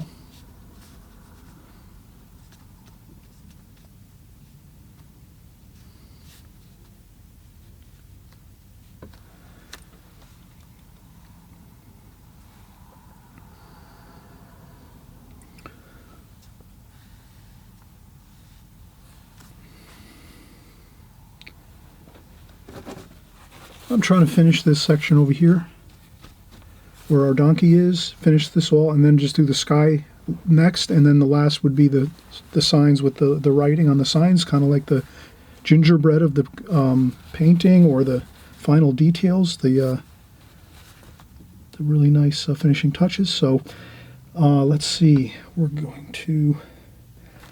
we have a little bit of detail work for French ultramarine blue, burnt umber. We're going to do our donkey's mane here, so he's just going to have a little bit of, and he's going to, his eye, we'll make his eye dark like that. And he should have a little bit of a nostril here. And he's got a little bit of a beard.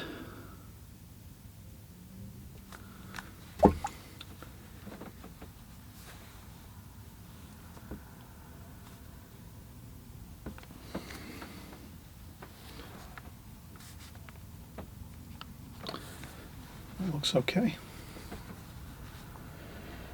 And looks very good, actually. And we're going to move right along. We're going to start maybe a little bit of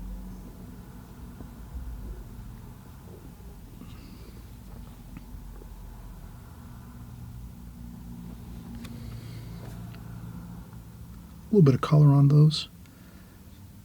And as well here, I'm just going to do a little bit of a quick super light wash, and the benefit is I have the fresh clean water, so all I do is I rinse my brush off, tap it on a tissue, and then just do some damp water on this area just to make it a little bit, soften it up a little bit with the lines there. I think it looks better if we kind of just do that. And we can always go in and add more washes here and there. We can make this a little finger painting. Just a little dabs of some, makes these look weathered, these columns and these stucco and old stone buildings. You add a little bit of those details, but not too many, just a few here and there, not everywhere. So if you do them a little bit over here, though, you have to kind of do them everywhere else, or they're going to look out of place. So you do them here and there a little bit over here, like that. And then you have the paper, the watercolor paper, that acts as a roughening agent, so that when you drag your finger across it, you can see those little almost like rough looking areas, like real stone would look in stucco. So that looks good.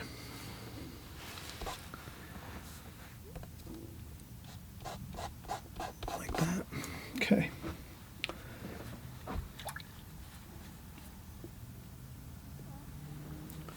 Okay, now before I do the sky wash, I'm going to use a kneaded eraser and just lift up those S's off the paper very carefully, making sure that I'm not erasing anywhere near fresh paint that's still wet or any washes that are still there, because that'll just really ruin the paper and the wash. So I have my 3 S's for the sky.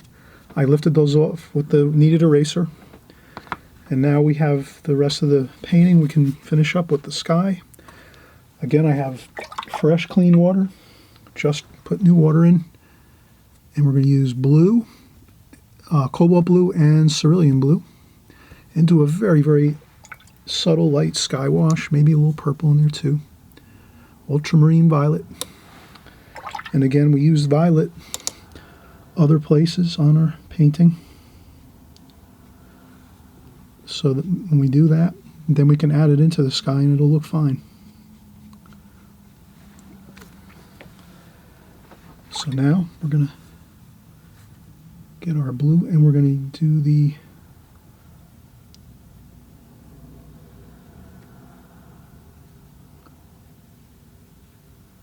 washes here.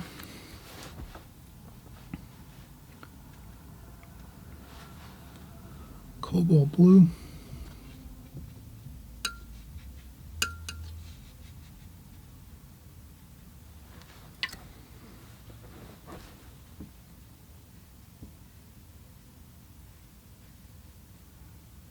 You can add some blue to the sides.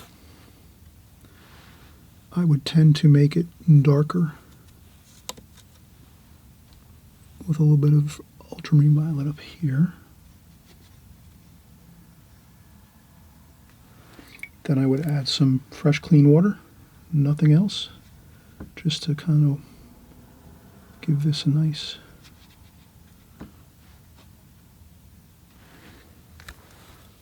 watery look. I lift up any paint over here on the column.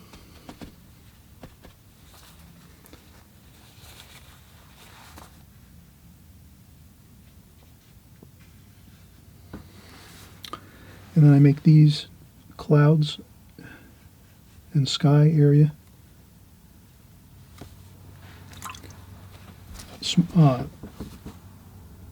so the clouds are thicker up here and larger, the sky areas.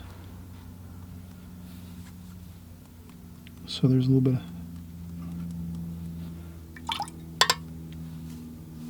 and we're just going to follow the same pattern right up through here so that the eye, when someone's looking at this, it'll look good, it'll read good here. It's going to have those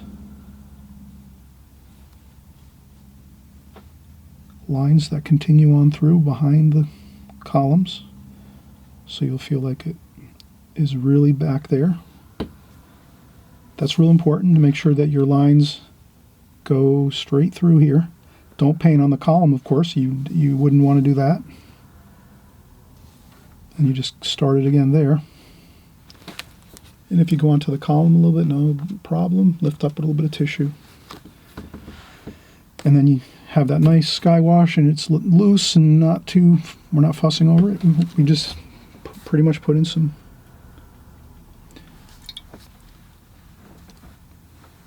cobalt blue with a little bit of French ultramarine blue, a little bit of ultramarine violet we added up here, and maybe here and here a couple spots just to make excitement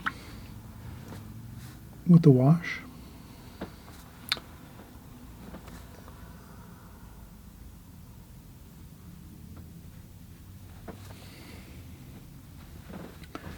And then we'll do a little touch of orange, as we always do, for the horizon line.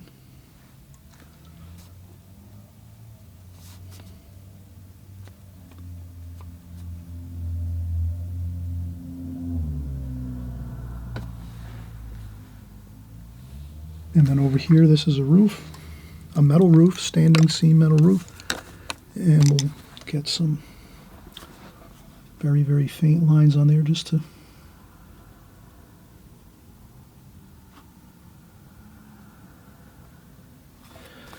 like that.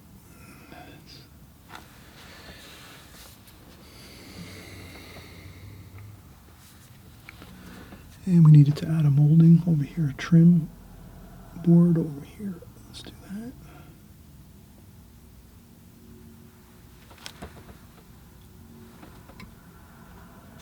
Okay. And that's a completed painting for the most part, except we do have to get a little blue in this sign here. So I just scrub on a little bit of blue here and there. I lift it up with some tissue just to get a little bit of the blue color on there, and maybe a little bit of the yellow too as well.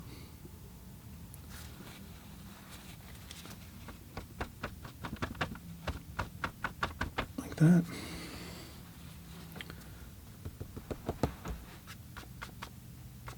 Give it a little bit of texture. This is Fabriano paper, Artistico paper, and that's kind of helps with the textured paper. This is a rough paper, so it's Fabriano Artistico rough paper, and that you can do the finger painting a little bit and get that rough texture look to it, that, you know, that the paper gives you that extra bit of interesting texture to it. So I think we're pretty good. Almost, we'll just get the last bit of the sign here. We can do a little shadow under here. Let's do a shadow under the sign. Everything is dry pretty much over here, so I can rest my hand down on the paper, but I'm always careful whenever I rest my hand on the paper. Basically, I always make sure I check first just to make sure I'm not leaning into the wet paint. And let's put some blue there.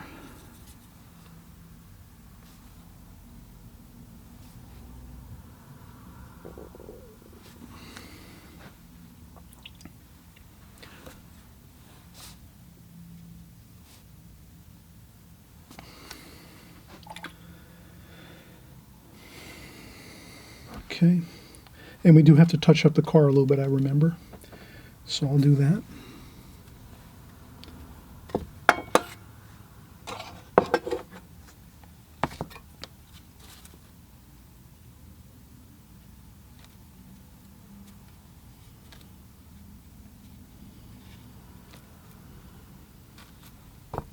I just make that a little darker and make the line. I made this line here just a little more crisp, so that it looks,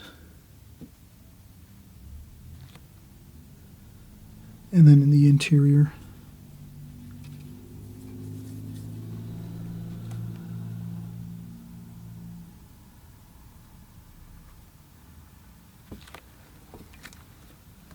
we just make that a little bit more.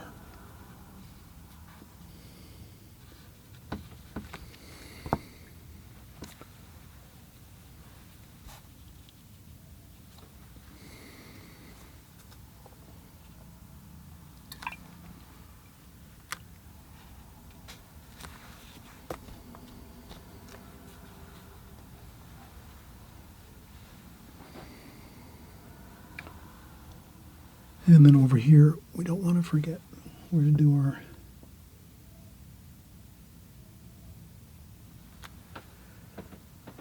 we'll do our mirror there.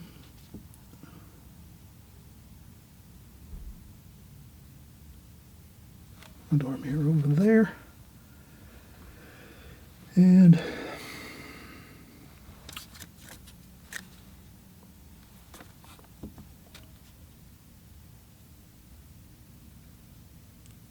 couple of the details here on the car. This truck, pickup truck over here. Maybe there's some molding there.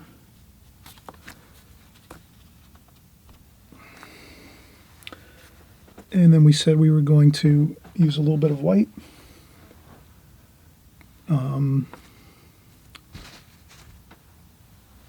Titanium white. So I take a little bit of titanium white in the tube here. And I use a little bit of yellow ochre, and I put a little bit of yellow ochre in that top of the tube, mix that with the white, just a little bit, just to make it a little bit of a warm white, and then I can just add a little bit there to the front of that truck. And my lights are flickering here. My apologies.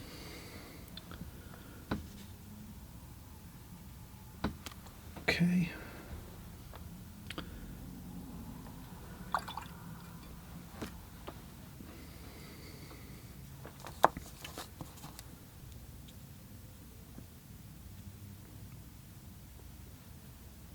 There are some storms in the area, so I think that's why we're getting the flickering of the lights a little bit. And then we're just going to do we did do this wash just a second. No, we did it like about 5 minutes ago already. So you can just see I'm doing the telephone pole there. That's all I needed, just that little bit.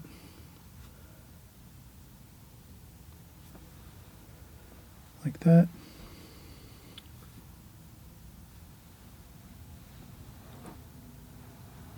Probably needs to be a little thicker down here.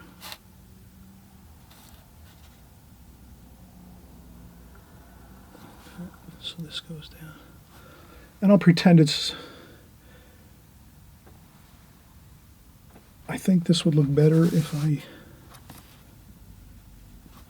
go right down through the picture here over here. And this is how it really was in real life, I remember.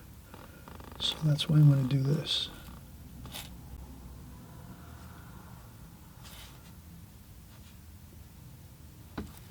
And then I'll take a tissue and just blot up a couple spots.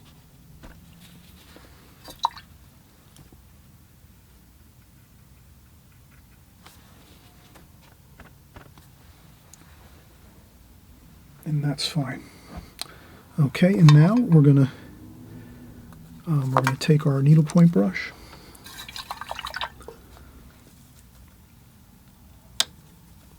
and we're gonna just make some wires over here.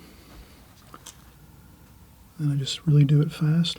Kind of do a couple practice runs here. Maybe I'll go this way first, maybe. And then maybe one up this way, like that. That's all I need to kind of get the feel for it, and like that. And that's good. Just a couple of lines like that. Fine lines is good. That looks fine. We don't have to go too many. And now we're going to take a break. And we'll do our final, we'll do the signs here. Before we do the signs, let's add a little shadow underneath them. So I'll just do some lines like that, shadowy lines like that, just underneath them a little bit. Maybe go with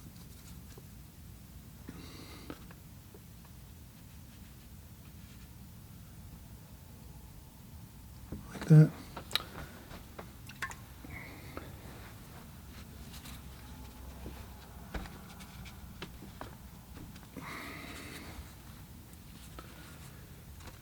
Okay, one more break, and then we'll finish up our signs with some cadmium red and burnt sienna mixed in there for the hotel and the bar and cafe and the Oatman Hotel sign, and we'll be all completed 100%. I think sometimes it's better just to get through the painting for the most part, not fuss over too many details.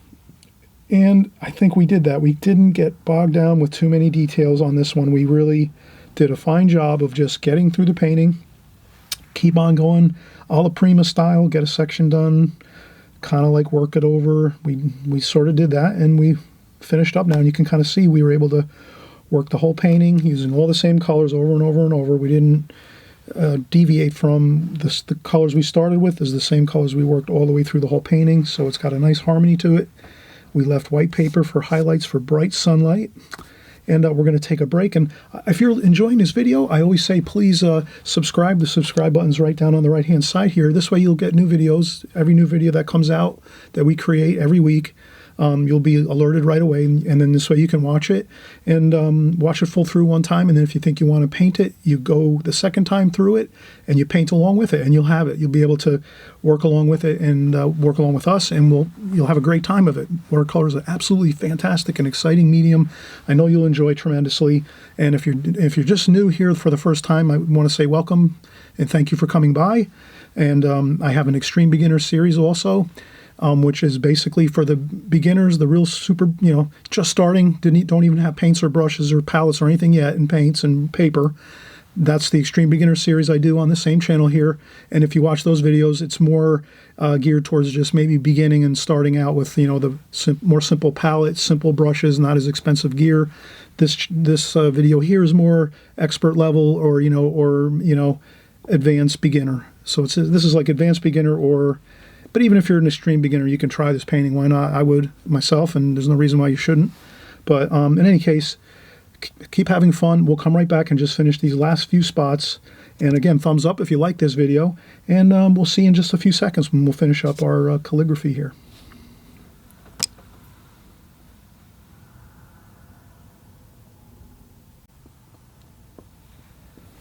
All right, let's get started on the signs. So I'm going to dry off a spot here on the palette. Make sure there's no water in here or puddles of paint. Maybe I'll zoom in a little bit. Okay, and then I'm going to take some cadmium red. Rinse off the brush, dry off the brush on a sponge. Go in, get some burnt sienna, burnt umber, maybe some cerulean blue.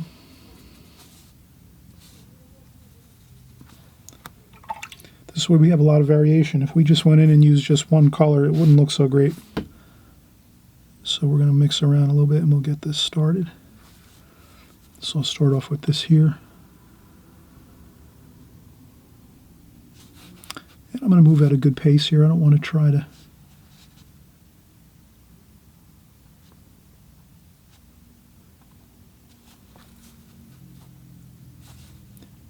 and then I'll add a little bit of darker spots here and there onto the already painted in areas.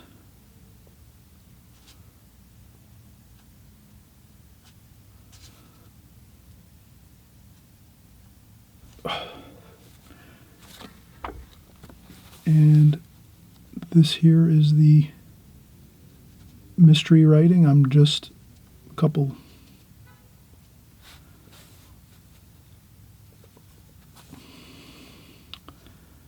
this is gold.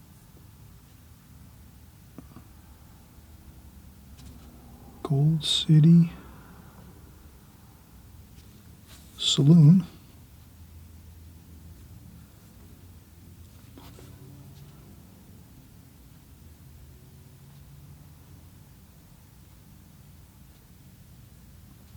There we go. Perfect. And maybe I'll just add a little bit of a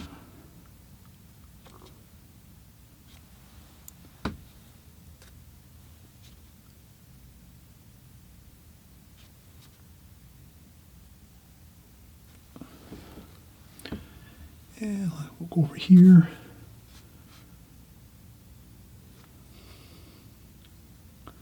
This is out in the sunlight more. So I'm going to do this. I'm going to make it more cadmium red, straight cadmium red.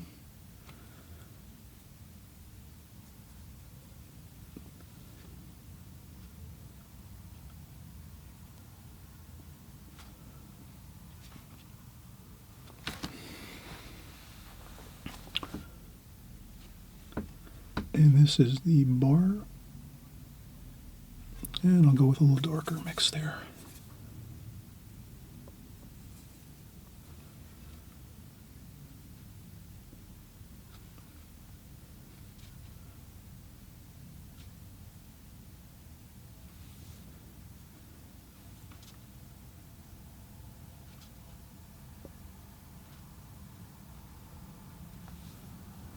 And you can see I'm mixing around, maybe a little bit of dark, a little bit of light.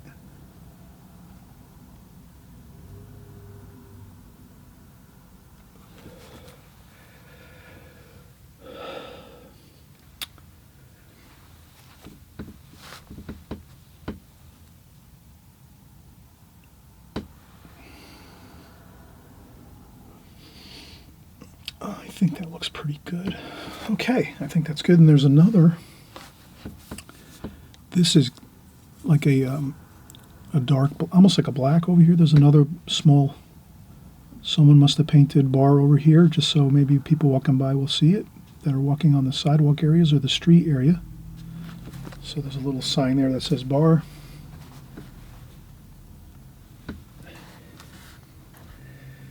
And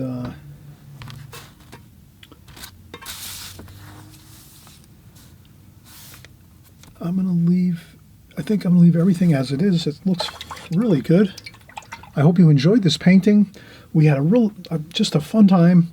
Everything went really well. I noticed I had to do one more thing here. There was some more. We have to make our cold pop sign here.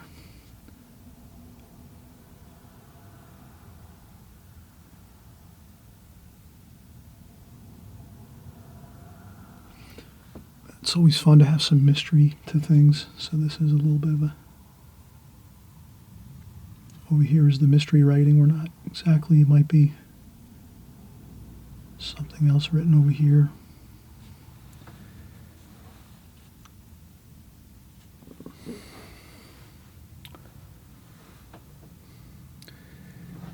And yeah, this is fine. This sign over here, I thought there was more shadow on it.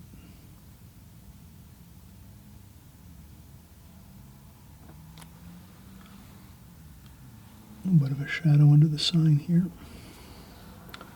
Might be a window, a sign, I don't know. Maybe we'll put a little bit of mystery writing on that one too.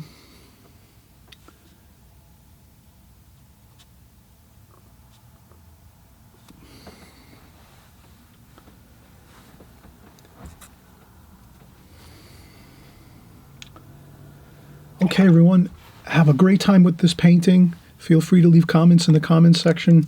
I think this is something everyone can do. Even extreme beginner, you can do a more simplified version of this.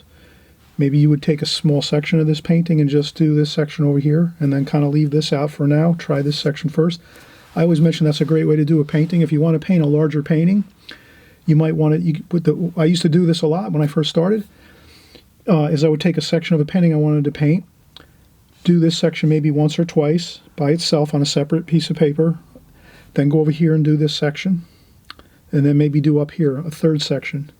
And if I did each section like 2 or 3 times by itself, then when I did my final painting, which was the full-size painting, it was so much easier to do it. It was almost like just went like super smooth. So if I tried doing this painting years ago all at one time, it would be a lot more difficult versus if I tried to paint each section maybe once or twice, or parts of it even, and then it would be a little bit easier because I'd be more familiar with it. So I hope that makes sense, and we'll see you on the next video. Bye-bye.